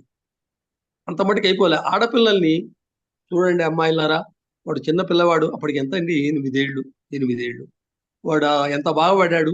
ఆడపిల్లలు ఏంటి మీరు అంటే, ఆడపిల్లలకు సంగీతం రావాలనేటువంటి పిచ్చి రోజులకి వస్తేనే పెళ్ళిళ్ళు కావాలని, హార్మోనియం వాయించాలని, ఏదో ఆ రోజులు ఆ శాంత స్వభావాలు అవన్నీ మనకు అనవసరం అండి. కాబట్టి సంగీతంలో నేను చేసిన కృషి చెప్తా మీకు. అలా ప్రారంభమైనటువంటి నా సంగీత సాధన తర్వాత హైదరాబాదులో నేను అధ్యాపకుడిగా చేరిన తర్వాత చాలా కష్టాలు పడ్డామండి. 150 రూపాయలకు 2 కాలేజీల్లో, అక్కడ 4 పీరియడ్లు, ఇక్కడ 4 పీరియడ్లు తీసుకున్నాం. మేము ఇవాళ ఈ విధంగా హాయిగా 10 మందికి అన్నం పెట్టగలిగి, 10 మందికి ఏదైనా చేయగలిగినటువంటి స్థితిలో పెన్షనర్స్ గా ఉన్నామంటే కారకులు మండలి వెంకటకృష్ణారావు, జలగం వెంగళరావు, మర్రి చెన్నారెడ్డి, జనార్దన రెడ్డి, టంగుటూరు అంజయ్య. ముఖ్యంగా వీళ్ళు రాగానే అసలు 7 కాలేజ్ అన్ని క్లోజ్ చేయించారు. సోకాళ్ళు మనం చెప్పుకుంటాం గొప్పవాడు, నటుడుగా చాలా మహనీయుడు, నా ఆరాధ్య నటుడు. ఈనాటికి కూడా నేను మేకప్ వేసుకునేటప్పుడు కృష్ణుడు ఎన్టీ రామారావు అని తలుచుకుంటాను. ఓరియంటల్ కాలేజీలో అభ్యున్నతి, ఆయన మంచి భాషా ప్రియుడు, పురాణ పురుషుడు అని మనకు ఇవన్నీ ఎందుకండి, ఇవన్నీ ఎక్కర్లేదు అన్నాడు ఆయన. కాబట్టి ఎవరి యొక్క ఇవి సంగీతంలో నేను కృషి చేశానండి. హైదరాబాద్ వచ్చిన తర్వాత మహానటులు, గొప్ప నటులు, వేసపాటి నరసింహమూర్తి లాంటి వాళ్ళు, ధూళిపాడ లాంటి వాళ్ళు, అటువంటి వాళ్ళందరి సరసన అర్జునుడిగా మరి గొప్ప పాత్రలు నేను వేసి, అప్పటితోటి నాకు అసలు రంగస్థల నటుడి కాలేజీలో వేయటమే ఉంది. ఏదో శివాజీ పాత్ర, చిన్న పాత్రలు గురువు గారు రాయటం, అరగంట సేపు యాక్టింగ్. కానీ ఒక ఉన్నతమైనటువంటి పౌరాణిక నాటక రంగంలో నాకు 80ల నుంచే నాకు ప్రారంభమైందండి. దివాకర్ వెంకటరావు అనే ఒక మాట అన్నాడు యాదగిరి గుట్టలో, ఈ చిరంజీవి అక్కిరాజు సుందరరామకృష్ణను అందరూ అభినవ కృష్ణుడని, మంచి స్వరద్రూపని, కృష్ణుడుగా బాగుంటాడని అంటారు, కానీ నేను ఒప్పుకోను. అక్కిరాజు సుందరరామకృష్ణ అసలు సిసలైన అర్జునుడు అన్నాడు. ఎందుకన్నాడు అంటే, మరి మహాపండితుడు ఆయన అన్నాడు. నా పద్యపఠనం ఆయనకు బాగా నచ్చింది. ఊరికే దివాకర్ల వారు అన్నారు కాబట్టి ఊరికి చిన్నగా, అదిగో ద్వారకా ఆలమందలవిగో అందందుగో రాడు అయ్యది ఏ కోట అదే అగట్ట అవే రజ్యల్ వారలే యాదవుల్. ఆయన ఎక్కడ మెచ్చుకున్నా అంటే, ఆ కోట దూరంగా ఉంది కదా, అది చూసి నేను కొంచెం స్థాయి పెంచి ఏమన్నానంటే, ఎదుసుముడు వసిల్చు మేడ అదిగో అనేటప్పటికి ఆయన ఇచ్చింది. అక్కడెక్కడో ఉందని చెప్పడం, ఎదుసింపుడు వసించు మేడ అదిగో అన్నాం అనుకోండి, కరెక్ట్ కాదేమో అని నాకు ఉంది, ఆయనకు కూడా మనసులో ఉంది. ఆయన నన్ను వల్ల అర్జునుడు అన్నాడు. తర్వాత ఏంటంటే, సంగీతంలో నేను ఏం చేశానంటే, మండా బలరామ శర్మ గారని, బారం బ్లైండ్, ఆ రోజుల్లో రాష్ట్రపతి రాజేంద్ర ప్రసాద్ అవార్డు ఆయన దగ్గర నేను కొంచెం కర్ణాటక సంగీతం నేర్చుకున్నాను. కానీ నాకు ప్రాప్తం మాత్రం నాటక సంగీతమే అలవాటైంది. నేను ఇవాళ మరి విలోమంగళుడుగా కానీ, భరతుడుగా కానీ, కృష్ణుడుగా కానీ, అర్జునుడుగా కానీ వేస్తున్నానంటే, దాని వెనుక అలనాటి రంగస్థల మిత్రులు, ఇప్పుడు ఉన్నాడు 94 ఏళ్ళు, గరికపాటి సుబ్బ నరసింహ శాస్త్రి, జిఎస్ఎన్ శాస్త్రి గారు, ఎందుకు నరసరాజు గారు, డివి నరసరాజు గారు లాంటి వాళ్ళు, చచ్చిపోయిన రక్తకర్ణి నాగభూషణ్ లాంటి వాడు, అబ్బాయి పద్యం పాడితే ఇది ఇట్లా పాడాలి, అక్కిరాజులాగా పాడాలి, అనేటువంటి ప్రశంసలు నేను పొందినటువంటి వాడిని. ఇక నాటక రంగంలో మీరు చేసిన కృషి అని మీరు అడిగారు కాబట్టి, చాలా కష్టమైంది ఏంటంటే నాటక రంగంలో ఇప్పుడు నవీన్ చంద్ గారు పక్కన 4 శృతుల పద్యం పాడాడు అనుకో, అక్కిరాజు 1.5 శృతి అనుకో, అక్కడ 4.5 శృతికి లోను కాకుండా మళ్ళీ నువ్వు యథాస్థితికి వచ్చి నీ శృతిలో నువ్వు పడటం కష్టం. ఉంటున్నారా? ఇప్పుడు ఆయన అక్కడ ఎక్కడను నుండిరా కైట అన్నాడు అనుకోండి,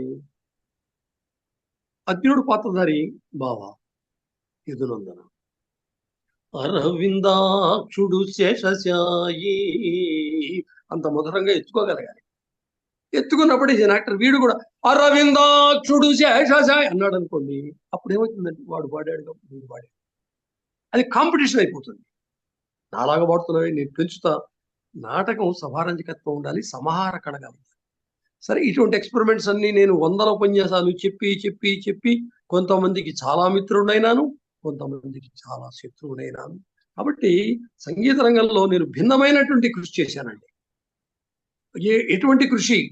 ఎందుకంటే జంజాల పాపయ్య శాస్త్రి గారు అన్నట్టు ఒక గంధర్వుడు నేల మీదికి దిగి వచ్చాడు. అది అదృష్టం. ఎన్టీ రామారావు లాంటి మహానుభావుడు నటుడు, ఘంటసాల వెంకటేశ్వరరావు గారు లాంటి గాయకుడు, సముద్రాల గారు లాంటి రచయిత, వీళ్ళ ముగ్గురు పేర్లు చెబుతున్నా అనుకోకండి. ఒక సదాశివబ్రహ్మం, ఒక ఆరుద్ర, ఒక ఆత్రేయ, ఒక నారాయణ రెడ్డి, వీళ్ళందరూ మరి ఇప్పుడు నిజంగా చెబుతున్నా, నారాయణ రెడ్డి గారి యొక్క యుగళ గీతాలు, పాటలు అవి గనక మీరు ఒక్కసారి చదివితే తెలుగులో బాగా ఇంప్రూవ్ అవుతారు. చదవం అంటే చదువుతాం మనలాంటి వాళ్ళు. ఈనాటి దీనికి ఇప్పుడు శివాలో నేనే లెక్చరర్, మొట్టమొదటి సీనే. నేను ఎంబీకే ప్రసాదరావు గారు ఒక మహానుభావుడు ఉండేవాడు లేడు. బాయ్ అక్కిరాజు, ఈ సినిమా ఆడుతుందంటావా? ఏమిటి పాటలు, ఏంది మ్యాటనీ షో ఉంది, బాటనీ క్లాస్ ఉంది, ఏమిట్రా బాయ్ అని నన్ను ఆ రోజే ఆయన ప్రశ్నిస్తే, మాట్లాడాగండి సార్, మనం 2-3 రోజులు షూటింగ్ చేస్తున్నాడు. అవునులే, అంతేలే. ఆ సినిమా 100 రోజులు ఆడింది, బంగారు పొంగరాలు ఇచ్చారు. నాకు ఇలేదండి, వేరే విషయం. రామ్ గోపాల్ వర్మ గారికి అది పెద్ద టర్నింగ్, ఏమంటారు. కాబట్టి వాళ్ళు చెప్పినట్టు తిరుపతి వెంకటకవులు కాలమెరుంగు వాడిలా ఒకండును లేడు. ఏంటో ఇప్పుడు అప్పుడప్పుడు ఇంకా మారదురా, ఇంతేరా ఈ గతి, ఈ దేశం అట్లా అనొద్దు. చెప్పలేము. లేదా ఇంకా భ్రష్టు పట్టొచ్చు, లేదు మళ్ళీ చంద్రశేఖర్ ఆజాద్ లాంటి వాడు, భగత్ సింగ్ లాంటి వాడు, లేదా పోనీ జాతిపిత మహాత్మా గాంధీ లాంటి వాడు మళ్ళీ ఎవడో ఒకడు రాగా వస్తారు. తర్వాత ఈయన ప్రశ్న, మీ అభిమాన నటులు పాత్ర ఉన్నాడు. ఒకటే గుర్తుపెట్టుకోండి, రంగస్థలంలో అదే గొప్ప. కృష్ణశాస్త్రి గారు అన్నట్టు పల్లె తల్లి లాంటిది, పట్నం ప్రియురాలు లాంటిది. నువ్వు రంగస్థలం మీద మెప్పిస్తే you are an actor, cinema camera ముందు నటిస్తే యూఆర్ నాట్ అన్ యాక్టరా అని నేను అన్ను, యూఆర్ ఆల్సో అన్ యాక్టర్. కానీ నీకు ఇక్కడ చెప్పులు నీది కాదు, పంచె నీది కాదు, విగ్గు నీది కాదు, గాత్రం నీది కాదు, కెమెరా లేకపోతే విల్ బి నోవే. అయితే అందుకనే నాట్యశాస్త్రంలో భరతుడు కూడా భాషలు అన్నాడు, వేషాలు అన్నా. నీకు ముందు మాయంచి వేషం ఉందనుకోండి, అరే నన్ను ఒకసారి ఒక ఆయన, నువ్వు దుర్యోధనుడికి ఎంత వేస్తావరా, వద్దురా అన్నాడు. దుర్యోధను కూడా వేశానండి. అంటే అది ఏమిటి, అసూయతో అన్నాడా, లేకపోతే కావాలని అన్నాడా, వద్దని అన్నాడా? ఇది నాకు ఎవడైనా ఏదన్నా వద్దంటే కొంచెం అది చేయాలనేటువంటి ఒక రకమైన చపలత్వం ఉన్న వాళ్ళలో నేను కూడా ఒకటి. అంటే ఎందుకన్నాడు, ఏమిటది, దుర్యోధనుడు వేశాను, కృష్ణుడి కన్నా బాగుందిరా అన్నాడు. కాబట్టి ఏంటంటే ఒక్కొక్కళ్ళకు ఒక్కొక్క రకమైనటువంటి కనుముక్కు తీరు, ఆ ముఖమండలము. ఇప్పుడు రామారావు అన్నాడు, రావణాసురుడు వేశాడు, భీముడు వేశాడు, కృష్ణుడు వేశాడు, అర్జునుడు వేశాడు, ఆఖరికి అటు ఇటు గాని పురహన్నాలు కూడా వేశాడు. Great man, great actor. కానీ ఆయన వాడుకోలే, ఆయన రాసుకోలే, ఆయన ఎడిట్ చేసుకోలే. ఇక్కడ అట్ట కాదు, ఒకసారి వేది మీకు వచ్చామంటే మధ్య మర్చిపోతే అది కూడా యువత. ఒక చిత్తూరులో ఒకసారి పెద్దమహమైన రాయవారం నాటకం వేసి, రైలు నిలయంలో నాటకం అంటే సంగీత్ టాకీసు, ఇటు సికింద్రాబాద్ ఏరియా వచ్చాను. లేట్ అయ్యింది అసలు. అప్పటికి 100 సార్లు వేసిన వాడిని నేను. కృష్ణుడు కొత్త కాదు. అంటే ప్రశాంత్ ఇక్కడ నీకు సినిమా ఉందనుకోండి, take cut take cut, one more shot, మళ్ళీ కావాలంటే వేగం చేయొచ్చు, అతికించుకోవచ్చు. సినిమా రంగాన్ని తక్కువ చేస్తున్నాను కాదు సుమా, నేను 100 సినిమాలు వేసాను. దేనికదే, కాళిదాసే, బాణుడు బాణుడే, భవభూతి. అందరినీ మించి కవి రాక్షసుడు. అదే అసలు కంపారిజన్ వద్దు.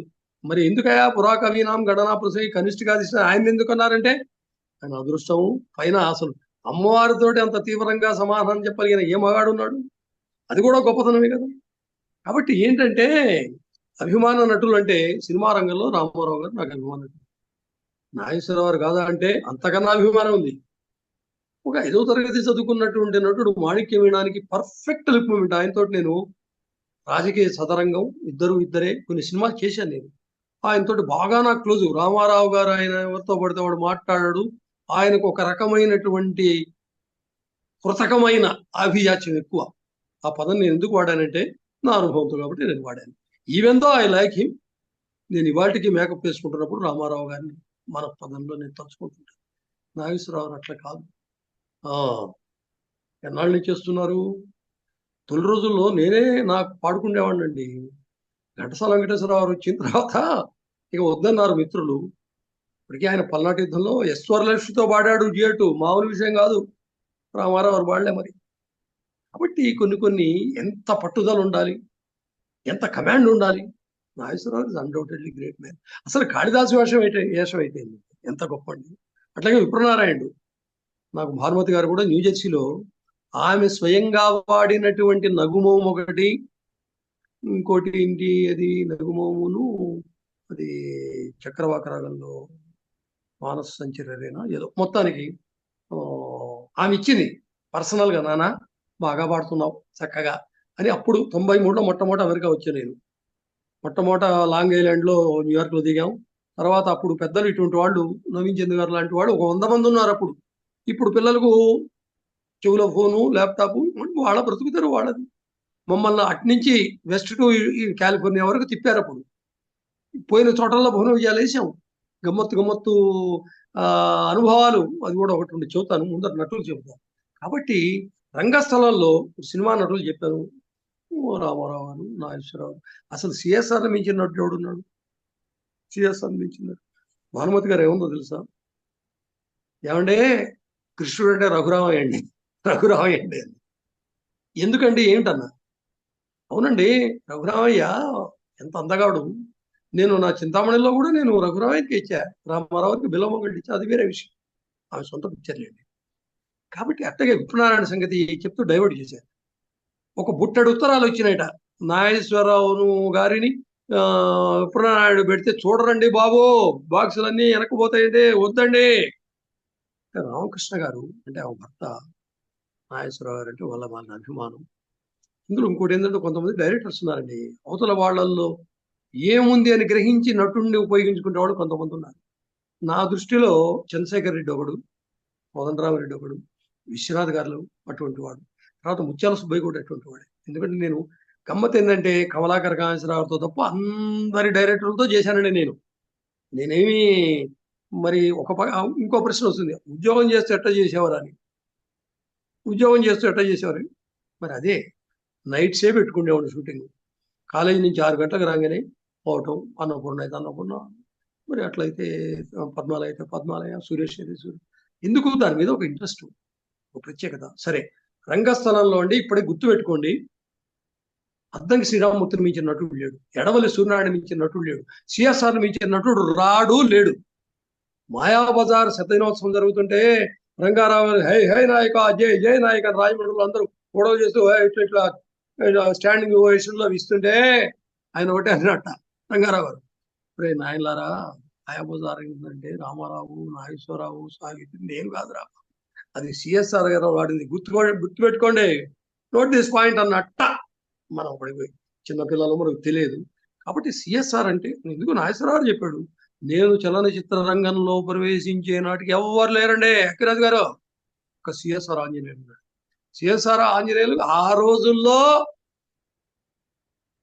రోజుల్లో లకారాలు తీసుకున్న వాళ్ళు ఇద్దరే, ఒకడు నాగయ్య, సిఎస్ఐ. ఒకవేళ నేను తప్పు చెబుతున్నానంటే మీరు వెరిఫై చేసుకోండి. నాగయ్య గారు ఏమిటండి, నాగయ్య గారు ఆ రోజుల్లో, సరే ఆ రోజులు వేరు కాబట్టి నా అభిమాన నటుడు రామారావు, నాగేశ్వర, జగ్గయ్య గారితో కూడా ఇచ్చేశాను. సరే యమున గారితో 10 ఏళ్ళు నేను శ్రీకృష్ణుడిగా, కాంచన గారు ఎప్పుడైతే కేవలం సినిమాలకే పరిమితం అయిపోయిన తర్వాత ఆమె సరసన కాంచన వేసేది కృష్ణుడుగా, సరే నన్ను ఎప్పుడైతే ఒక నాటకంలో శ్రీకృష్ణ తులాభారంలో ఒక పాత్రలో నారదుడుగా చూసిందో, నువ్వు నారదుడు కాదు అక్కిరాజు, మనం రంగస్థల నటుల కోసం ఒక నిధిని ఏర్పాటు చేశాను, నేను కృష్ణుడు వేయాలండి. Okay, it's all right. ఒక 10 ఏళ్ళు నిరాఘాటంగా బ్రహ్మాండమైన సెంటర్స్, మామూలు సెంటర్స్ కాదు, దేశం అంతా తిరిగాము. అమెరికాలో కూడా అక్కడక్కడ స్టేజ్ మీద వాటి మీద మీ ఇద్దరం కలుసుకోవటం, పాడటం అంతా జరిగిందండి. కాబట్టి పాత్రలు, అభిమానటు రంగస్థలంలో చెప్పాలంటే చాలా మంది ఉన్నారండి. నండూరు రామకృష్ణమాచార్య గారు ఒకసారి చెప్పాడు ఏదో మాటల్లో, నేను కాలేజీ దగ్గర వారింటికి నేను పనిచేసిన కాలేజీ కాస్త టైం ఉంటే ఒక పీరియడ్ కనుక ఈ తేడా వస్తే నేను ఆయన దగ్గరికి వెళ్ళేవాడిని. వెళ్ళి ఏదో డిస్కస్ చేస్తుంటే ఆయన, అరే అబ్బాయి అప్పటికే 82 ఏళ్ళు ఆయనకు, ఎల్లపిల్ల వెంకట శాస్త్రి గారు రా, ఒక నటుడు చచ్చిపోతే శ్మశానానికి వెళ్ళాడు, ఆయన ఏమన్నాడో తెలుసా అన్నాడు. ఏమన్నాడు సార్, ఆయన పేరేంటి సార్ అన్న, ముంజులూరి కృష్ణారావు ఏదో చెప్పాడు, నాట్ షూర్, గుర్తు రావట్లేదు నాకు కూడా, ఇప్పుడు కొంచెం మతిమరుపు వస్తున్నది. నీవు గతించినన్ పిదప నిక్కము లేడటువంటి కృష్ణుడు, శ్మశానంలో చెప్పిన పద్యం ఇది. నీవు గతించినన్ పిదప నిక్కము లేడటువంటి కృష్ణుడు, నీవు గతించినన్ పిదప నిక్కము లేడు యుగంధరుండు. అంటే చెల్లపిల్ల వెంకట శాస్త్రి రచయిత చేత ఆ విధంగా ప్రశంసింపబడ్డాడంటే ఏంటి అసలు నాకు అర్థం కాదు. ఇప్పటికి కూడా నేను వినాయక చవితిలో మన కృష్ణుడు వేసా కూకట్పల్లిలో, ఇది వేరు. మరి ఆ రచయితే ఆ విధంగా అన్నాడంటే అది చచ్చిపోయినప్పుడు శ్మశానంలో. కాబట్టి ఇటువంటి కొన్ని ఉంటాయి. మనం ఇప్పుడు ఆ టాపిక్ చాలా పక్కకు పోతాం. నాటకంలో నేను చేసిన కృషి ఉందండి, చాలా ఉందండి.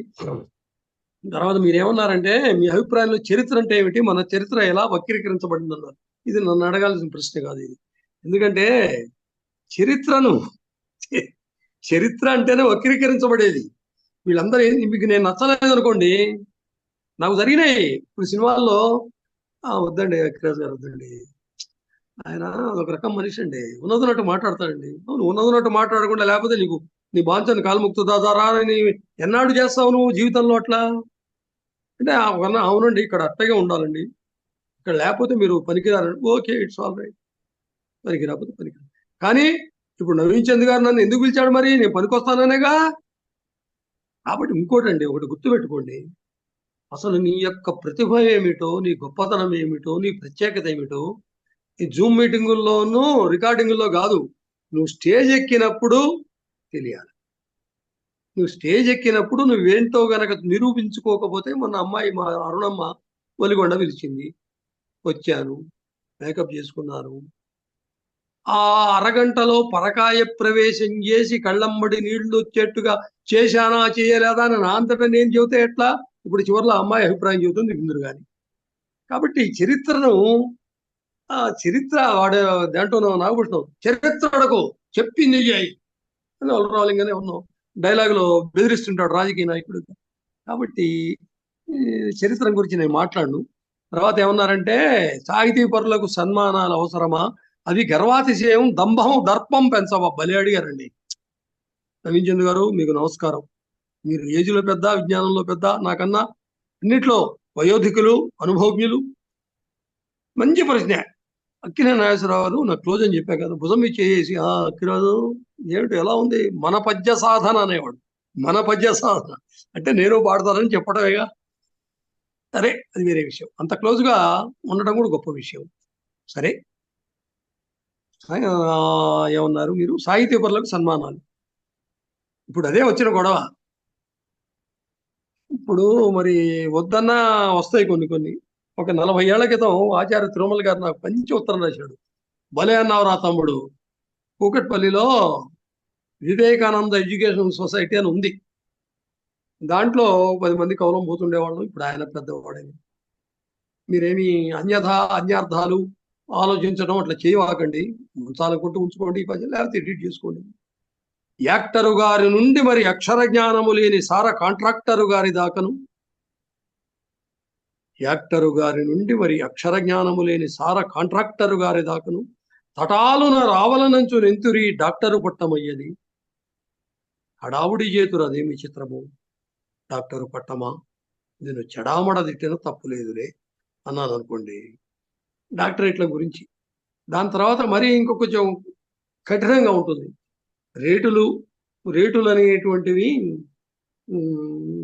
రేటులు హెచ్చజూడ విపరీతముగా సమస్త వస్తువులు, బోటికి కట్న కానుకలు, పూటకు హాలుకు వేలు ఖర్చులు. 40 ఏళ్ల క్రితం వేలల్లో వచ్చేవి హాల్స్, ఇప్పుడు గంటకు 3 లక్షలు అనుకోండి. రేటులు హెచ్చజూడ విపరీతముగా సమస్త వస్తువులు, బోటికి కట్న కానుకలు, పూటకు హాలుకు వేలు ఖర్చులు, ఫ్లాట్ గుణంగా లక్షలును, ఫ్లాట్ గుణంగా లక్షలును. భారతమందు అదేమి చిత్రమో నీటుగా నిశ్చయంబుగాను నిలిచానదొక్కటి డాక్టరేటుయే. మరి ఇటువంటి కొన్ని కాదు బాధగా ఉంటాయి. ఇటువంటి వదిలేసేయండి. కాబట్టి సన్మానాలు అవసరం సార్, ప్లీజ్ సన్మానం చేయండి. రేపు కెనడా పిలవండి, నాకు సన్మానం చేయండి, నేనే వద్దన్ను. నాకెందుకంటే నేను ఘనంగా చేయండి, బాగా చేయండి. ఎందుకంటే నన్ను దాదాపు 2008లోనూ కెనడా వచ్చాను నేను, టొరంటోలో. సూరపనేని రామకృష్ణారావు గారు సైకాట్రిస్ట్, ఆయన మా మిత్రుడు సముద్రాల బాబురావు గారు, డాక్టర్ టిఎన్ చౌదరి గారు, ఆయన డెట్రాయిట్లో ఉన్నాడు ఇప్పుడు. నేనంటే నా పద్యం అంటే వాళ్ళ అభిమానం. వాళ్ళు నాకు కెనడాకు వీసా లేకపోయినా కూడా పాపం తీసుకెళ్ళి టెంపరీగా 3 నెలలు ఇచ్చి, అదేదో మెడికల్ కాన్ఫరెన్స్లో అంటే మరి దాదాపు 14-15 ఏళ్ల క్రితం అంటే ఇంకా మీలాంటి వాళ్ళు నవీన్ చంద్ గారు లాంటి సాహిత్య వాళ్ళు ఉన్నారు కదా. నేను ఒక అరగంట సేపు పద్యము, పద్య వైశిష్ట్యము, నాటకము, రాగము, నిర్ణయము, శృతి, లయ వీటి గురించి మాట్లాడితే నాకు ఘన సన్మానం చేశారు. మీరు కూడా విన్న తర్వాత ఘన సన్మానం చేయకుండా ఉండలేండి, అది వేరే విషయం. అయ్యలారా, కాబట్టి సన్మానాలు అవసరమా ఏంటి? అసలు అవసరం. అక్కడ కూడా అది గర్వాతిశయం, దంభం. ఎస్, భలే అన్నారు. అది పెంచావా అన్నారు. నాగేశ్వరరావు ఎప్పుడు అనేవాడు, అక్కిరాజు కవులకు ఈగో అవసరం అయ్యా, నటులకు, కవులకు, గాయకులకు అహంకారం అవసరం, కానీ అది దురహంకారం కాకూడదు అనేవాడు నాగేశ్వరరావు. ఎందుకు మీకు ఇప్పుడు శ్రీనాథుడి పాత్ర నేను ఇప్పుడు పిలక పెడితే శ్రీనాథుడు అయిపోతా, ఏం లేదు. కొన్ని ఎల్ఎఫ్ ఇది లాస్ ఏంజలీస్, ఎల్ఏలో, కాలిఫోర్నియాలో, వర్జీనియాలో చోట్ల నేను చాలా శ్రీనాథుడి పాత్రలు కూడా వేసాను. అది అంశం వేరే. ఎందుకు చెప్తున్నానంటే, శ్రీనాథుడిని వాడెవడు నీకు బిరుదులు ఉన్నాయా అని అడిగాడు. మరి వాడికి కోపం రాదండి? అంటే మామూలు వాడికే ఏమండి అక్కిరాజు గారు మీరు ఏదో నాటకాలు వేసా ఉంటున్నారు, మీరు పద్యం పడతారండి అన్నాడు అనుకో, ఈగో తన్నకొస్తుంది. అదే అట్లా తన్నకు రాకూడదండి అని మీరంటే అట్లా నేను ఒప్పుకోను. మీరు తనకు రాకూడదని మీరెవరు అంటానికి? మీరు నన్ను గురించి తెలుసుకోవాలిగా అని నేనంట. అంతే తప్ప ఇది గర్వం కాదు. కాబట్టి ఏంటంటే సాహితీపరులకు, నటులకు, కవులకు సముచితమైన సన్మానాలు. ఇప్పుడు జీవిత సాఫల్య పురస్కారం అట, ఒక శాలువా గప్పి ఒక చిన్న మూమెంట్, అది కూడా ఇంతే, నా చేయి చూపిస్తున్నాగా, ఇచ్చి జీవిత సాఫల్య పురస్కారం అంటే ఎట్లా? మొన్న మా గురువు గారు ముదిగొండ శివప్రసాద్ గారికి త్యాగరాజగాన సభలో నేనే ముఖ్య ప్రాసంగికుడిని, అదే సన్మానం ఉన్నారు. ఆయన పాపం ఏమన్నా కవరిస్తారేమో అని ఆశపడతాడు, ఎవరికైనా ఉంటుంది. జీవిత సాఫల్య పురస్కారం ఎంత ఉందండి, సమాసం ఎంత గొప్ప సమాసం అండి. కాబట్టి సన్మానాలు జరగాలి. అతిశయము, దంభం అంటే శ్రీనాథుడి వాడు అడగంగానే వాడు ఏమన్నాడండి, తరువున గాండిబంబెడ ధర్మజునాన కిరీటి నేను వాక్ సరసిజ నేత్రయానతి విచారము చొప్పున గర్వహీనతన్ మరలి తెనుంగు భూమికి అసమాన గతిని కొనిపోవు వాడనై బిరుదులు నారివాగు కడబెట్టిది సత్కవి సార్వభౌముడని. ఏమి లేవంటూనే సత్కవి సార్వభౌముడు అని చెప్పేశాడు. అంటే అక్కడ వాడు దెబ్బతిన్నాడు. నేను రెడ్డి రాజుల ఆస్థానం నుంచి ఇక్కడికి వస్తే నన్ను వీడేవాడు బిరుదులు ఉన్నాయా అంటాడు. పోనీ రాజుగారు అడిగినా నేను తట్టుకునేవాడిని. అదే అంటారు కదా తెలుగులో, మూడు కొట్టినందుకు కాదు తోడుకోవడం నవ్వినందుకని ఓ సామెత ఉంది. అడగాల్సిన వాడు అడిగాడు అనుకోండి బాగుంటుంది. కొంతమంది ఏంటంటే జ్ఞానులు ఉంటారు, కృష్ణధారాయలు. ఇప్పుడు భువన విజయంలో తెనాలి రామకృష్ణుడు నేను ఒక 1000 సార్లు వేశానంటే మీరేమి ఆశ్చర్యపడాల్సిన పని లేదు, నమ్మండి. మీరెవరు అని అడుగుతాడు రాయలు. అనేక దేశాల నుంచి వస్తున్న రాజులకు సన్మానాలు చేసి నాణ్యాలు ఇచ్చి పంపిస్తుంటాడు. చివరిలో నాలాంటి వాడు ఒకడు వస్తాడు. నాలాంటి వాడు కాదులేండి, మంచివాడు పాపం. మీరెవరు అంటాడు రాయలు. అంటే వాడంటాడు, అదే తెలుసుకోలేకపోతున్నా ప్రభు అంటాడు. వా మరే వా. జనరల్ గా ఏంటంటే అందరూ ఏంటి రాజాధిరాజ రాజవర్తండ కవి కిశోర గండపెండేర విభూషిత అని చెప్పుకుంటాం కదా. అనేటప్పటికీ వాడికి ఎక్కువ సన్మానం చేయండి అంటాడు. అందరూ అట్లా ఉండరు. ఉంటే వాడు కవి కాదండి. మరి వాడు ఎందుకు అన్నాడంటే వాడు చాలా లౌకికుడు అనమాట. రాజస్థానంలో ఎట్లా ఉండాలి అని తెలిసినటువంటి వాడు. ఇంకోటి కూడా ఉంది, రాయలు కాబట్టి మెచ్చుకొని అట్లా చేశాడు, ఇంకోటైతే చేయడు. అయితే మీరెవరో తెలియకపోండి అంటాడు. అంటే ఏదో జరుగుతాయండి. కాబట్టి బిరుదులు అయ్యా నవీన్ చంద్ గారు దంభాన్ని పెంచాలి. పెంచకపోతే ఎట్లా? ఇంకో పాయింట్ చెబుతా, మీరేమి అప్రస్తుతం అనుకోపోతే. అందరూ కీర్తి చేతులు అయిపోయినారు అనుకోండి. ఎవడన్నా పద్యం పాడుతుంటే ఎవడైనా కొంచెం వారికన్నా కొంచెం దర్పంతో ప్రతిభతో నేర్పుతో ప్రసంగిస్తుంటే లేదా పద్యం పాడుతుంటే ఆపించిన వాళ్ళు కూడా చాలా మంది ఉన్నారు. అటువంటి వాళ్ళు సమకాలికులుగా పుట్టడం మన దౌర్భాగ్యం. అయ్యా దీని భావం ఏమి తిరుమలేశ. ఓకే, తర్వాత మీ ఉద్దేశంలో మంచితనం అంటే ఏమిటి? ఇది కూడా మీరు అడగాల్సిన ప్రశ్న కాదు. ఇప్పుడు నేను చాలా మందికి మంచివాడిని కాదు. ఏంటి అసలు మంచి అంటే మీరు చెప్పండి ముందు, ఒక డెఫినేషన్ ఒక్క మాటలో చెప్పండి చూద్దాం. చెప్పలేరు. మంచి లేదు చెడు లేదు సార్. నేను అదే ఇందాక మంచి చెడ్డలవేమి లేవు, వెరపుల్ మర్యాదలు శూన్యముల్ లంచాలయ్యవి నిత్య కృత్యముచున్ రాజిల్లుచుండెన్ భువిన్ కంచే చేనును మే చెడ్డ దినములు కాదందువా చెప్పవి చెంచాగాళ్లకు కాలం ఇదే జనని బాకాలు దుట చేత కాదు పరులను పాదంబులను పెట్టలేన్ లేకింకూతలు గూయ సంతతము ఇల్వీడి నేను ఉండలేన్. లేకింకూతలు గూయ సంతతము ఇల్వీడి. మీరు ఇవన్నీ మళ్ళీ దుష్ట సమాసాలు వైరి సమాసాలని మీరు గ్రామర్ జోలికి పోవాకండి దయచేసి. చెళ్లబెళ్ళ వెంకట శాస్త్రి గారు లాంటి వాళ్ళు వ్యాకరణం అనేటువంటిది ఏదో చెప్పులు తల మీద పెట్టుకున్నట్టు ఉండకూడదురా నాయన, పాదరక్షలుగా ఉండాలి, కాలికి దెబ్బలకు తగలకుండా చూసుకోవాలి వ్యాకరణం అంటే. అదేంది వాడు అట్లా ప్రయోగం చేశాడు, ఇట్లా ప్రయోగం చేశాడు, ఇది వైరి సమాసం, ఇది దుష్ట సమాసం అంటే కవిత్వం బ్రతకదు, వ్యాప్తి చెందదు. నేను శారదలు మీరు చదివా అన్నారుగా, డోంట్ టాక్ టు మీ ఎటంచు కస్సుమనుచు ఆటోపంబురం బల్కెతో వాంటెన్లీ నేను రెచ్చగొట్టెదను అంబా నాకు నన్ను వచ్చుబో 1 2 3 బోడి భాష దయతో పాలింపరం ఇంక నేను గుంటూరోడను తిక్కనారీకులుడను కోపిపకే శారద. దీంట్లో కవిత్వం ఏముంది? అహంకారం ఉంది, దర్పం ఉంది. కానీ నేనంట పద్యానికి షౌట్స్ వస్తాయి, వంశమరులు వస్తాయి. అంటే అవేనా నువ్వు ఆశించేది? అవును, ఒక కవి నటుడు గాయకుడు అవి ఆశిస్తాడు. కాబట్టి గర్వాతిశయము దంభం అనేటువంటిది పెరగాల్సిన స్థాయిలో పెరగాలి. మరి నకుషుడిలాగాను కొందరు కానివ్వండి నన్ను పలకిలో మైండ్ అనకూడదు. కాబట్టి అవి జరగాలండి. తర్వాత మంచితనం అన్నారు. మంచితనం ఎవరికి ఉండదండి. అప్పుడు నేను ఈ మధ్య ఒక గమ్మత్తు అయినటువంటి పుస్తకం మొదలు పెట్టాను. అది మీకు ఇంకా కాలే. అంటే అది ముఖ్యంగా కమ్యూనిస్టుల గురించి. కమ్యూనిస్టు అనేటువంటి వాడు నిజమైన కమ్యూనిస్టా, ఆపర్చునిస్టా, సర్రియలిస్టా, రియలిస్టా ఏమిటనేటువంటి దాంట్లో అన్ని వస్తాయి. ఎందుకంటే మా బాబాయ్ కమ్యూనిస్ట్ అని చెప్పాగా. అటువంటి సుందరయ్య గారు లాంటి వాళ్ళు, మరి మా బాబాయ్ లాంటి వాళ్ళు, తరిమేల నాగిరెడ్డి లాంటి వాళ్ళు, రావి నారాయణ రెడ్డి లాంటి వాళ్ళు మనం చూస్తాము అనుకుంటే మాత్రం అది క్యాజువల్స్ ఇది అయింది. సరే వదిలేయండి. మంచితనం అవమానాలు, మంచితనం సంగమ వ్యక్తియా రెంటి మధ్య సామరస్యం ఎలా జరగాలి, ఇవి పరస్పరాశ్రయాలండి. సంగమా వ్యక్తియా అన్నారు చూడండి. ఒక్కొక్క వ్యక్తిని అవధాని గారు ఎప్పుడు నాయన సుమతి శతకంలో చూడు ఆ పద్యం, అది చాలా గొప్ప పద్యం. ఏంది మాస్టారు 100 పైన పద్యాలు ఉన్నాయి. పగవలది ఎవరి తోడను వగవంగా వలదు లేమి వచ్చిన పెదపను తెగనాడవలదు సభలను మగువకు మనసీయ వలదు మహిళ సుమతి. వాడు ఒక రాజయ్యుండి బతెన మగులకు మనసీయ వలదు ఎందుకన్నాడప్ప? నేను భలే ఆలోచించా.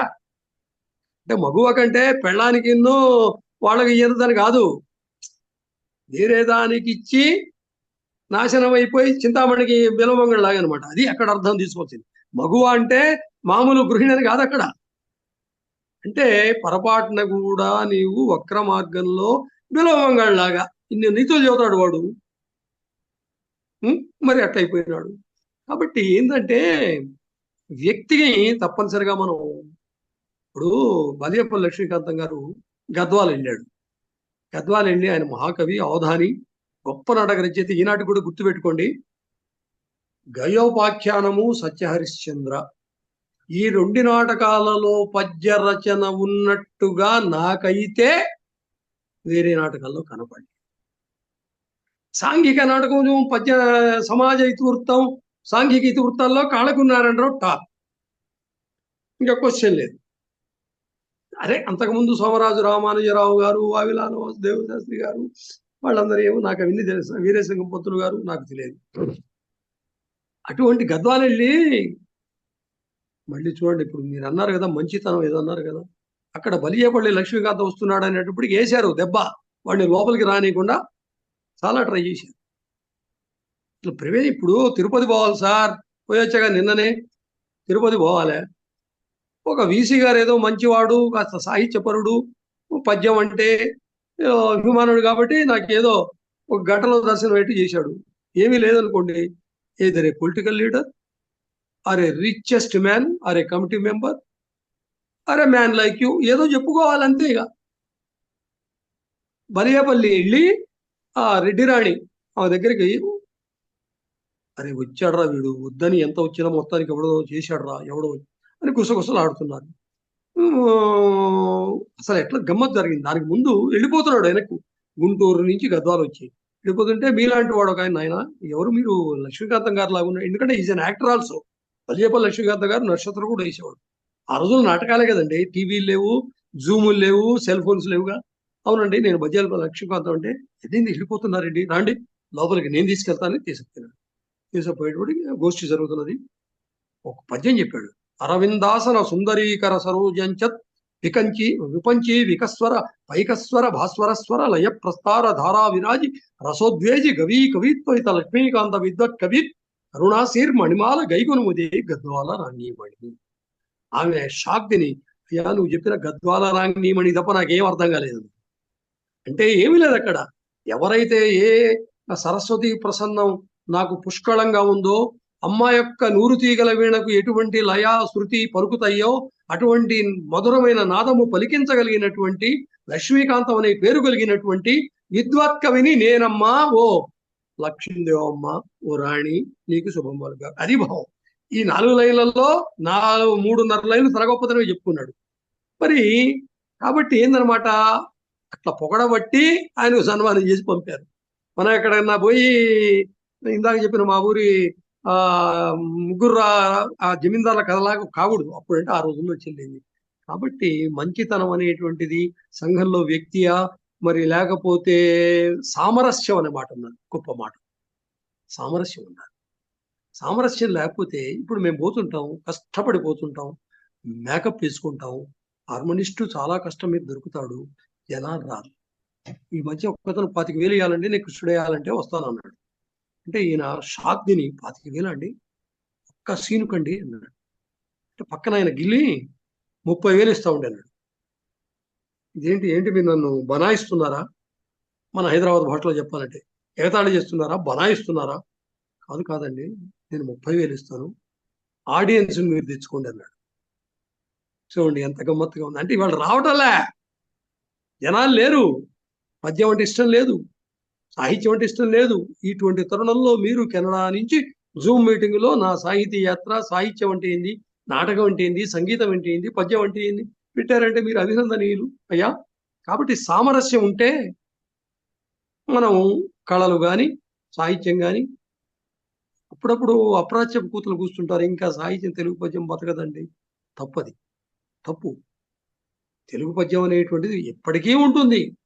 కడిమెళ్ళ చెప్పినట్టు పద్యంబునెవడురా పాతి పెట్టదనని అంటాడు చూడండి.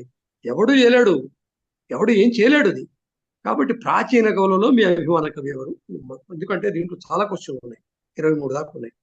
ప్రాచీన కవులలో నిస్సంశయంగా తెలుగు కవులలో నా స్పెషల్ ఆథర్ కూడా శ్రీనాథుడే. కవి అంటే శ్రీనాథుడు అండి. అది అంటే మరి నన్నయ్య తిక్కన ఎర్ర నల్లసారి పెద్దలు ఏందిరా బాబు అని మీరు ప్రశ్నించొద్దు. సరే. గులాబ్ జామ్ గులాబ్ జామే, ఉమ్, గులాబ్ జామ్ గులాబ్ జామే, ఉమ్, మైసూర్ పాక్ మైసూర్ పాకే, ఏమండి ఉమ్. జాంగ్రీ జాంగ్రీ, రవ్వ లడ్డు రవ్వ లడ్డే. కానీ నాకు ఇష్టమైనది ఏదో ఉంటుంది స్వీటు, దాన్ని మీరు ఎట్లా అంటారు కాదండి. చిలుకూరు పాపయ్య శాస్త్రి గారు ఒక గొప్ప విమర్శకు ఉండేవాడు. 40 ఏళ్ల క్రితం, అంటే నేను 40 అయింది, 52 ఏళ్ల క్రితం డిగ్రీ చదివే రోజులు, ఆయన ఒక మాట అన్నాడు. ఆంధ్ర సాహిత్యమును సమగ్రముగా తెలుసుకొనగోరు విద్యార్థులు, కవిత్వము పద్య కవిత్వములో ప్రావీణ్యమును సంపాదించుకొనగోరు విద్యార్థులు శ్రీనాథుని సాహిత్యమును క్షుణ్ణముగా పఠించినచో చాలును, అతడు కవి కాగలడు, గొప్ప పద్య కవి కాగలడు. నేనంటా ఇప్పుడు కొంచెం మారుస్తా, జాషువాను చదివితే పద్య కవి కావాలి, జాషువాను చదివితే. కాబట్టి అయ్యా, సాహితీ ప్రాచీన కవుల్లో శ్రీనాథుడు, ఇందాక నేను చెప్పా.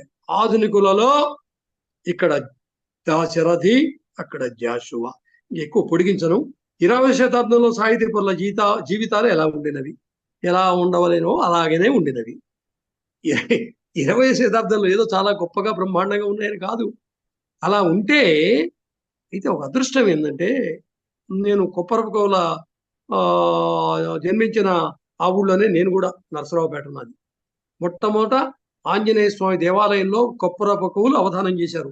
మొన్న అక్కడ బ్రహ్మాండమైనటువంటి పాలడుగు శ్రీచరణ్ అని కాలిఫోర్నియాలో ఉంటాడు, సంస్కృత ఆంధ్రాల్లో నిష్ణాతుడు. మా ఊళ్ళో పెడితే నేను కూడా పృచ్ఛకుడిగా వెళ్ళలేండి. అక్కడ ఏమిటంటే ఇప్పటికీ కూడా అవధానం పెడితే వచ్చే మనుషులు ఉన్నారు. కాబట్టి 20వ శతాబ్దంలో ఏంటంటే అప్పుడు బతికింది. ఎందుకంటే ఇంకా మూడేనండి అప్పుడు.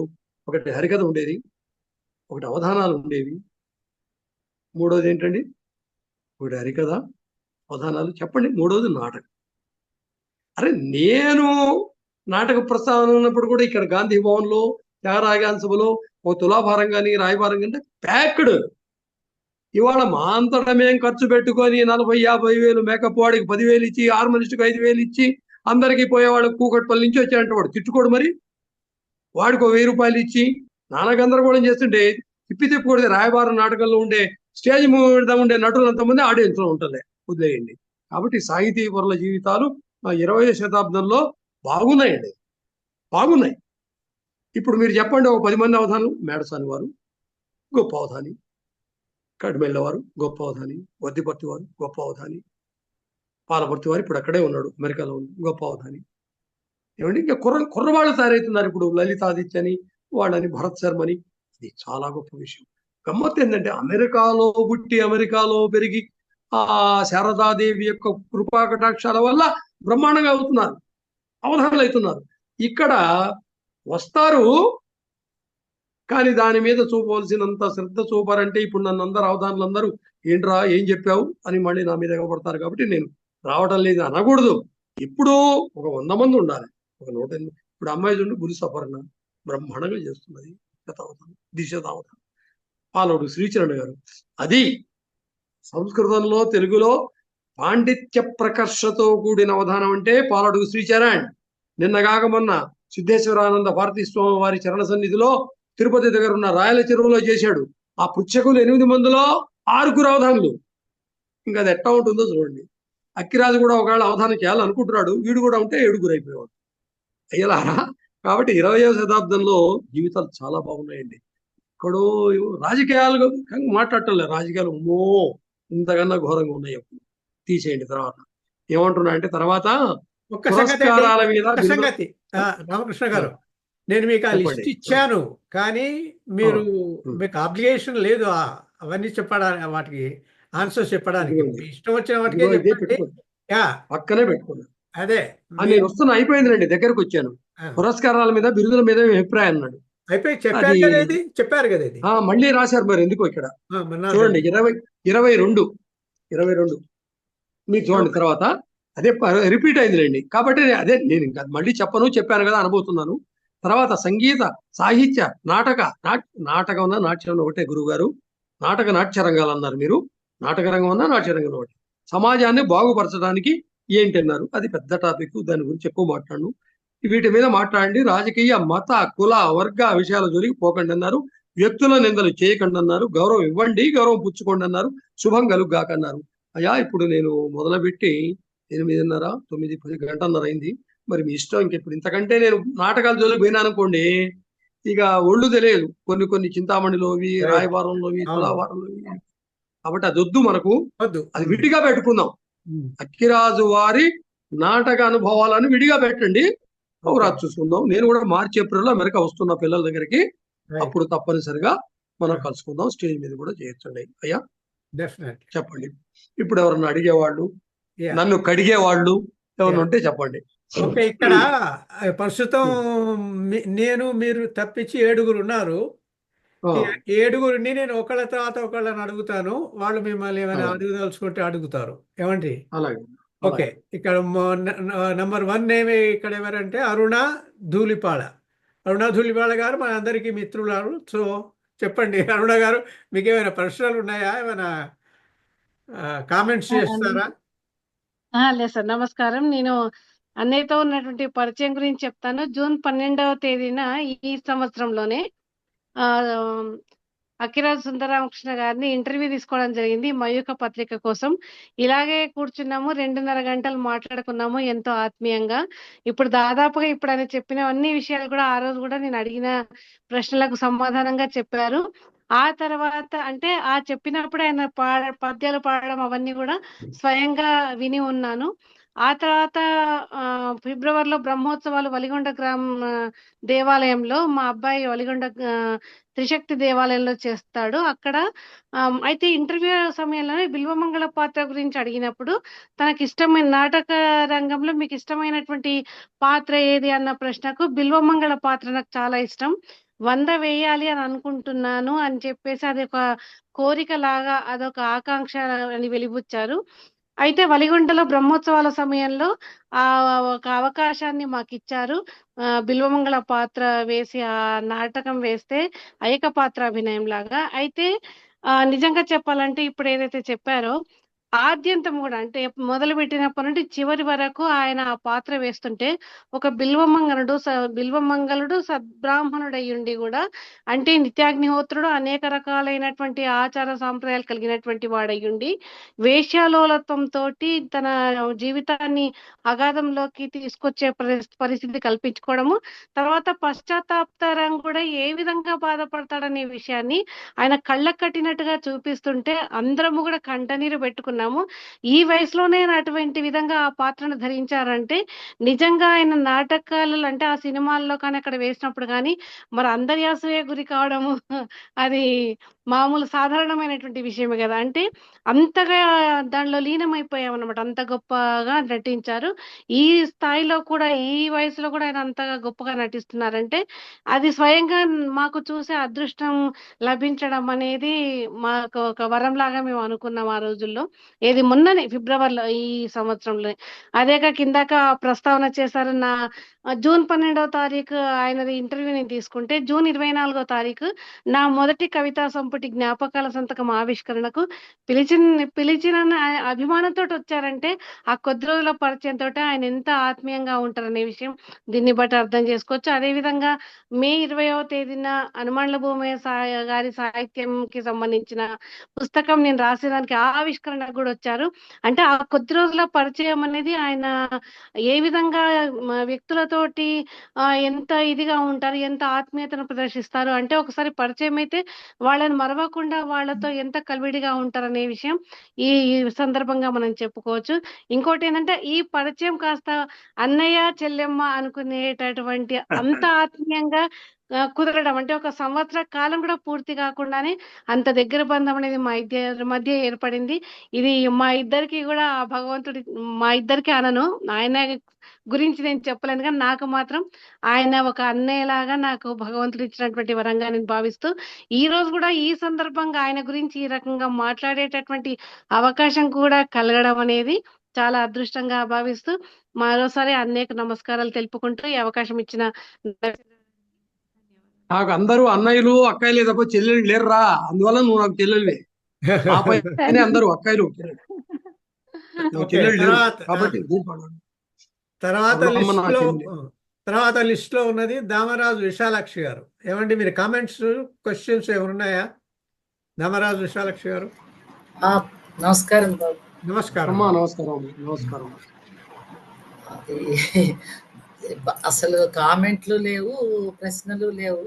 కానీ ఒక ఆశ్చర్యం, మొన్నను ఒక 3 నెలల క్రితం అనుకుంటాను, ఇక్కడ లలితాపీఠంలో సిద్ధేశ్వరానంద భారతి స్వామి వారి సమక్షంలో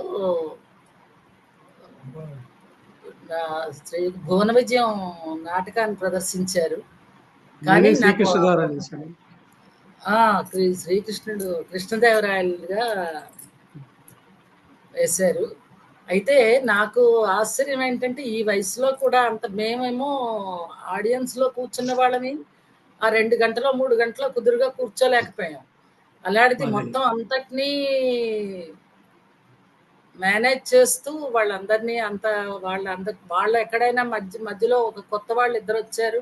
వాళ్ళు పద్యాలు మర్చిపోతే ఆ పద్యాలని కూడా ఆయనే పూరిస్తూ వాళ్ళ పాత్రలను కూడా ఆయనే పోషిస్తూ, ఆయన పాత్రను ఎంతసేపు నిల్చున్నారంటే వాళ్ళందరినీ లోపలికి తీసుకొచ్చే వరకు నాకు మా వారికి ఒకటే ఆశ్చర్యం.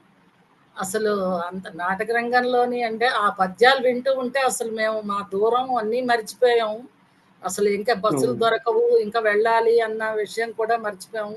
ఇప్పటికి కూడా అంత సమ్మోహితుల్ని చేస్తే మీరు ఆ రోజుల్లో అసలు నాటకాలు ఇంకెంత అద్భుతంగా ప్రదర్శించారో కదా అనిపించింది.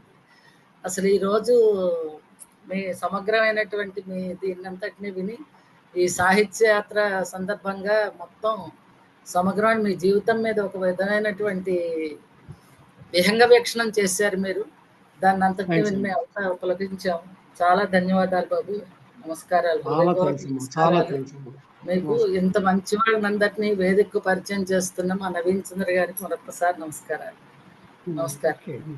మీకు ధన్యవాదాలు. మీ తర్వాత డాక్టర్ నిర్మల. డాక్టర్ నిర్మల మీరు ఏమైనా మాట్లాడతారా?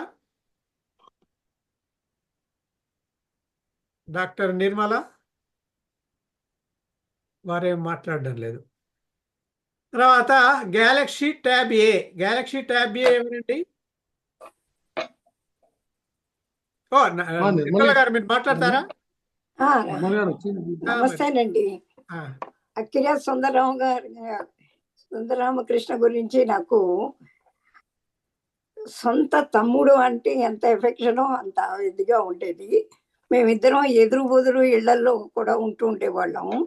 వాళ్ళ కుటుంబం అంతా కూడా ఎంతో బాంధవ్యంగా వాళ్ళు దగ్గరగా మరదలు అంటూ ఉండేదాన్ని నేను, వారి శ్రీమతిని.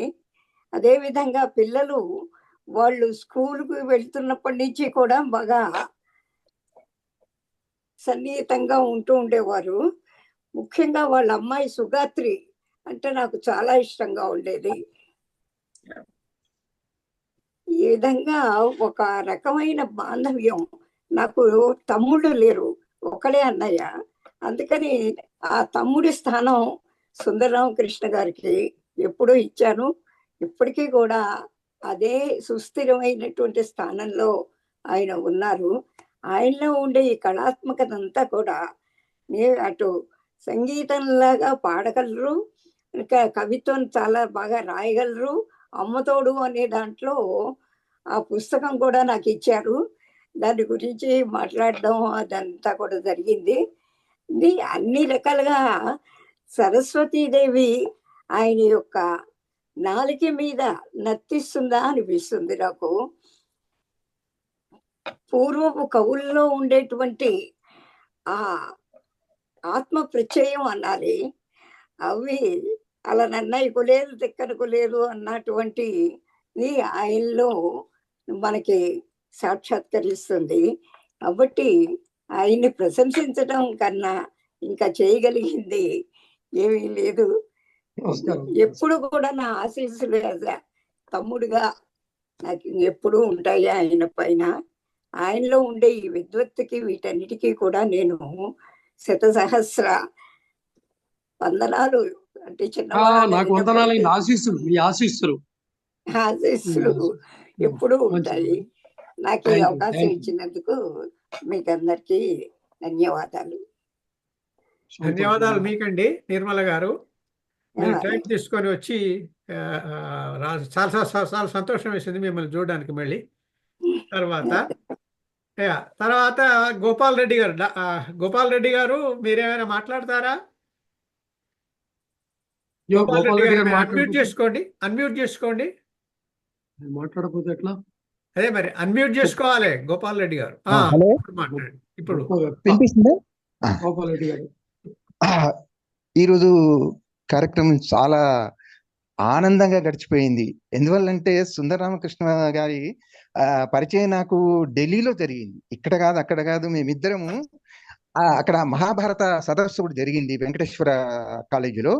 అక్కడ సాంస్కృతిక కార్యక్రమాలలో అద్భుతంగా ప్రదర్శించారు శ్రీ వెంకటేశ్వర కళ్యాణం అనే దాంట్లో. అక్కడ నుండి సుందరరామకృష్ణ గారు నాకు ఒక ఆడియో కూడా ఇచ్చారు, తన బాసర సరస్వతి మీద రాసినటువంటి పాటల రికార్డు అక్కడ ఇచ్చారు. అట్లా నాకు ఆ రోజు నుండి అఖిరాజు సుందరరామకృష్ణ గారి కంఠం నేను ప్రేమిస్తాను.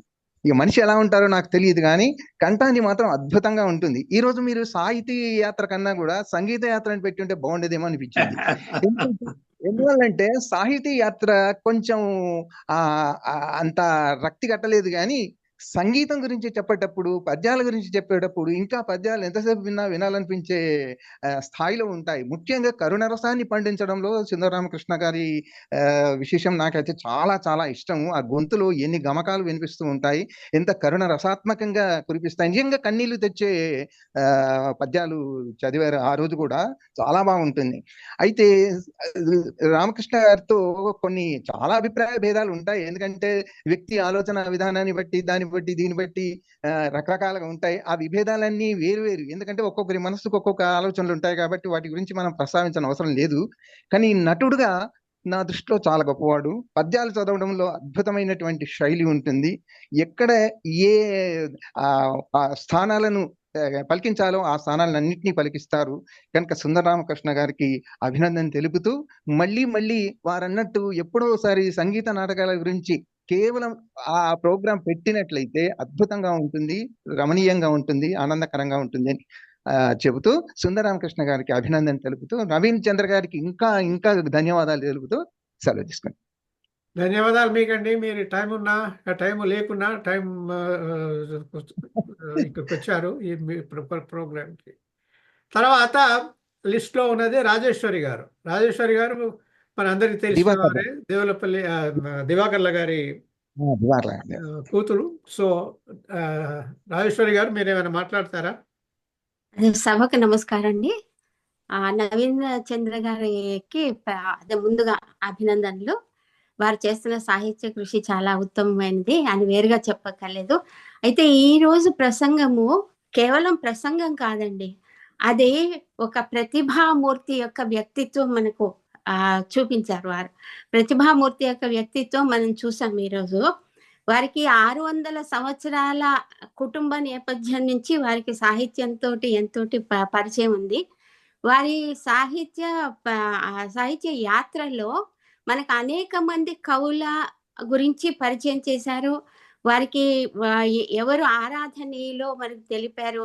అంటే ఒక గురువు పట్ల, ఒక విశిష్టమైనటువంటి కవి పట్ల మనకి ఎంతటి ఆరాధనా భావం ఉండాలి, ఎంతటి గౌరవం ఉండాలి, వారిని మరువకుండా మనం సదా ఎలా ధ్యానించాలి అనేటటువంటి విషయం వారి యొక్క ఉన్నతమైన వ్యక్తిత్వాన్ని మనకి నిరూపిస్తుందండి. ఇంకా వారు కవులు, గాయకులు, హరికథలు చెప్పారు. ఇంకా నటకులు, వారి పద్య ప్రాభవం మనం అందరి వల్ల విన్నాము, అనేక సార్లు మనకి తెలుసు. అవన్నీ ఉండగా ఇక సన్మానాలు, సత్కారాల విషయంలో అపోహలను పోగొట్టారు. అదొక మంచి విషయం అండి. అంటే ఎవరికైనా కూడా ఇప్పుడు నవీన్ చంద్ర గారు ఉత్తమమైన వ్యక్తి అంటే మనకు కలిగే సంతోషము చాలా గొప్పది. ఎవరినైనా మనం ప్రశంసించగలిగితే మన హృదయ వైశాల్యం కూడా మనకు అర్థమవుతుందండి. అయితే ఈ సన్మానాలు, సత్కారాలు అనేవి కేవలము వారి యొక్క ప్రతిభను వ్యక్తిత్వం ప్రకటన చేయడమే కాకుండా వారి గురించి కూడా మనకు విశేషమైనటువంటి విషయాలు తెలుపుతాయి. ఇటువంటి ఉన్నతమైనటువంటి ప్రసంగాన్ని మనకు కావించారు. అందరూ చెప్పినట్లు కేవలము వారి యొక్క పద్యాలను గురించి పద్య ప్రావీణ్యాన్ని గురించి కూడా కేవలం ఒక సభను పెడితే మనకందరికీ ఎంతో ఆనందంగా ఉంటుంది. అయితే వీరు నాకు ప్రత్యక్షంగా అంతగా పరిచయం లేక ఒక నేపథ్యం మమ్మల్ని ఇద్దరిని ఎంతో ఆత్మీయతను కలిగించిందండి. మా నాన్నగారి వల్ల, వారి యొక్క ప్రతిభ వల్ల ఆ నేపథ్యం మాకు సదా కూడా ఆత్మీయతను కలిగించింది. వారి ప్రసంగం ఎన్నటికీ మరిచిపోలేని ఒక విశేషమైనటువంటి ప్రసంగంగా నా మదిలో నిలిచిపోయిందండి. అందరికీ ధన్యవాదాలు. ధన్యవాదాలు మీకండి. ఎన్నో పనులున్నా కూడా మీరు వచ్చి అటెండ్ చేశారు ఈ మీటింగ్. ధన్యవాదాలు మీకు. తర్వాత చివరికి లలిత గారు ఉన్నారు. లలితా భాస్కర్ గారు, మీరేమైనా ప్రశ్నలు అడుగుతారా, కామెంట్స్ చేస్తారా? ప్రశ్నలు అడిగాను ఇప్పుడు వస్తుందో, ఎందుకంటే వారు విధంగ వీక్షణం వారి గురించి చెప్పేశారు. తర్వాత అభినందించడం ఒకటి. అయితే ఈరోజు చాలా గమ్మత్తైన విషయం ఏంటంటే, సరిగ్గా 6-6:30 గంటలకి నేను శంకర మఠానికి వెళ్ళాను. వెళ్ళినప్పుడు వాడిని నేను కలిసినప్పుడు వారు కూడా శంకర మఠానికి వచ్చారు. వచ్చినప్పుడు ఈ రోజు మీ ప్రోగ్రామ్ ఉంది కదండి, నా ప్రోగ్రామ్ ఏం లేదే. అదేంటండి నవీన్ చంద్ర గారి దాంట్లో మీ ప్రోగ్రామ్ ఉందండి. ఈ రోజు అలా కలుసుకోవడం జరిగింది వ్యక్తిగతంగా. అయితే ఇంకొక విషయం ఏంటంటే, వారు నాకు గోపాల్ రెడ్డి గారు అన్నట్టు నా స్వరం గురించి చెప్పినప్పుడు ఆయన చెప్పింది వింటున్నాను. ఆయన 4 శృతిలో ఆయన పాడినప్పుడు కృష్ణుడు వాళ్ళు అర్జునుడు వచ్చేటప్పటికి 1.5 శృతికి దిగి పాడడం, అది ఎంత డిఫరెన్స్ చేసి చూపించారంటే ఆ తేడాని, దానికి నిజంగా నేను చాలా చాలా సంతోషంగా. ఎందుకంటే నాకు నాటకం గురించి పెద్దగా తెలీదు. అందులో ఈ స్టేజ్ దాని కూడా తెలియదు. నేను మా వారు ఇద్దరం కలిసి వింటున్నాము. ఇది మాకు చాలా మిత్రులు కూడా వారు. చాలా చాలా సంతోషం అనిపించింది ఈ రోజు ఇలా సాహితీ యాత్రలో మీరు ఇలా ఎంతో మంది గొప్ప వాళ్ళని పరిచయం చేస్తున్నందుకు. నవీన్ చంద్ర గారు, మీరు ముఖ్యంగా మీరు అభినందనీయులండి. ఎంతో మంది పెద్దల్ని, వాళ్ళ యొక్క గొప్పతనాల్ని, వాళ్ళ యొక్క ప్రతిభా పాఠవాల్ని మాకు ఈ విధంగా ఈ వేదిక మీద మాకందరికీ కూడా తెలియపరుస్తున్నారు. మాకు కూడా సాహిత్యంతో ఒక వ్యక్తిని పరిచయం చేస్తున్నారంటే ఆ వ్యక్తి యొక్క అనుభవం ఒకటే కాదు, ఆ వ్యక్తి యొక్క పరిజ్ఞానం ఉంటుంది ఏదైతే ఉందో. వారు చదువు ఇప్పుడు 600 చరిత్ర చూపించారు, వారి యొక్క హిస్టరీ అంతా ఉంది పండితులతో అని రాజేశ్వరి గారు చెప్పినట్టు. అవన్నీ కూడా మేము తెలుసుకోగలుగుతున్నాం. ఓహో, ఇంతమంది ఉన్నారా, ఇంత చక్కగా మాట్లాడారా, ఇంతమందితో పరిచయం అయిందా, వెంకటాచలం గారి దగ్గర నుంచి నాగేశ్వరరావు గారి గురించి, రామారావు గారి గురించి, ఒకటేమిటి వాళ్ళు ఆయనతో ఎలా ఉన్నారు అని. నేను నాకు చిన్నప్పటి నుంచి ఆయన నా సినిమాలో చూశాను. సుందర రామూర్తి అని పేరు పెట్టినందుకు ఆయన క్యారెక్టర్ మాత్రం సుందరంగానే ఉండేవారు ఎప్పుడు. ఆ విషయంలో ఆయన అభినందించాల్సిందే. ఈ రోజు ఆయన నాటకాలు, పద్యాలు అవి విన్నాం, పాటలు కూడా పాడడం. ఒకసారి అనుకోకుండా ఆయనతో పాటు నేను కూడా కవి సమ్మేళనలో పార్టిసిపేట్ చేయడం జరిగింది. దానికి కూడా నాకు చాలా సంతోషంగా ఉంది. చాలా గొప్ప వాళ్ళని పరిచయం చేస్తున్నందుకు మిమ్మల్ని అభినందిస్తున్నాను. చాలా బాగా వారి యొక్క జీవిత చరిత్రని చాలా అద్భుతంగా, అంటే చాలా కొద్ది సమయంలో, అంటే ఇది ఆయన చరిత్ర చెప్పడానికి ఇదంత పెద్దగా కాకుండా ఇంతకంటే ఇంకో ఎక్కువసేపు చెప్పగలుగుతారు ఆయన. అది కూడా మొత్తం విహంగ వీక్షణలో ఆయన చెప్పారు. అది కూడా చాలా బాగుంది. మరొక్క మారు ఇద్దరిని అభినందిస్తూ తెలవండి. ఒక్కసారి మా వారు కూడా మాట్లాడతారు. భాస్కర్ దేవ్ గారు, senior advocate, movie artist member. ఈ వేదికకు మొదటిసారిగా ఆయన మీకు పరిచయం చేస్తున్నాను. హలో, నవీన్ చంద్ర గారికి నమస్కారాలు. అలాగే మా మిత్రులు అఖిరాజు సుందర రామకృష్ణ గారికి నమస్కారాలు. తదితరులు పెద్దలు ఉన్నారండి. పెద్దలందరికీ కూడా, నిర్మల గారు వాళ్ళు అందరికి కూడా నా హృదయపూర్వక అభినందనలు, నమస్కారాలు. ఈ రకంగా కలవడం అనేది జరిగింది మీతోటి. సుందర రామకృష్ణ గారి గురించి ప్రత్యేకించి చెప్పాలి అంటే, ఆయన నా దృష్టిలో గొప్ప కళా తపస్వి. ఎందుకంటే మళ్ళీ విశ్వనాథ్ గారితో నాకు బాగా పరిచయం ఉండేది. ఆయన కళా తపస్వి అని ఆయన బిరుదుంది. కానీ ప్రాక్టికల్ గా లైఫ్ లో కనుక ఆలోచిస్తే ఆయన నిత్యం ఏదో ఒక నాటకంలో ఎక్కడొక్కడ తెహరాగాన్ సభలను ఇంకో చోట ఎక్కడో అక్కడ ఎప్పుడు నిత్యం ఇండియాలో కానీ అబ్రాడ్లో కానీ ఏదో ఒకటి ప్రోగ్రామ్స్ చేస్తూ కళారంగానికి విపరీతమైనటువంటి సేవ చేస్తూ ఉంటారు. ఆయన మరి నిజంగా అంత టైం ఎలా స్పేర్ చేస్తున్నారో నాకు అర్థం కాదు. చాలా బాగా ఆయనకు ఉన్నట్టు ఉత్సాహం, అది కారణం అనుకుంటా వచ్చాను. అంత ఉత్సాహం నా దగ్గర కూడా కొంచెం అంత ఉత్సాహం ఉండదు.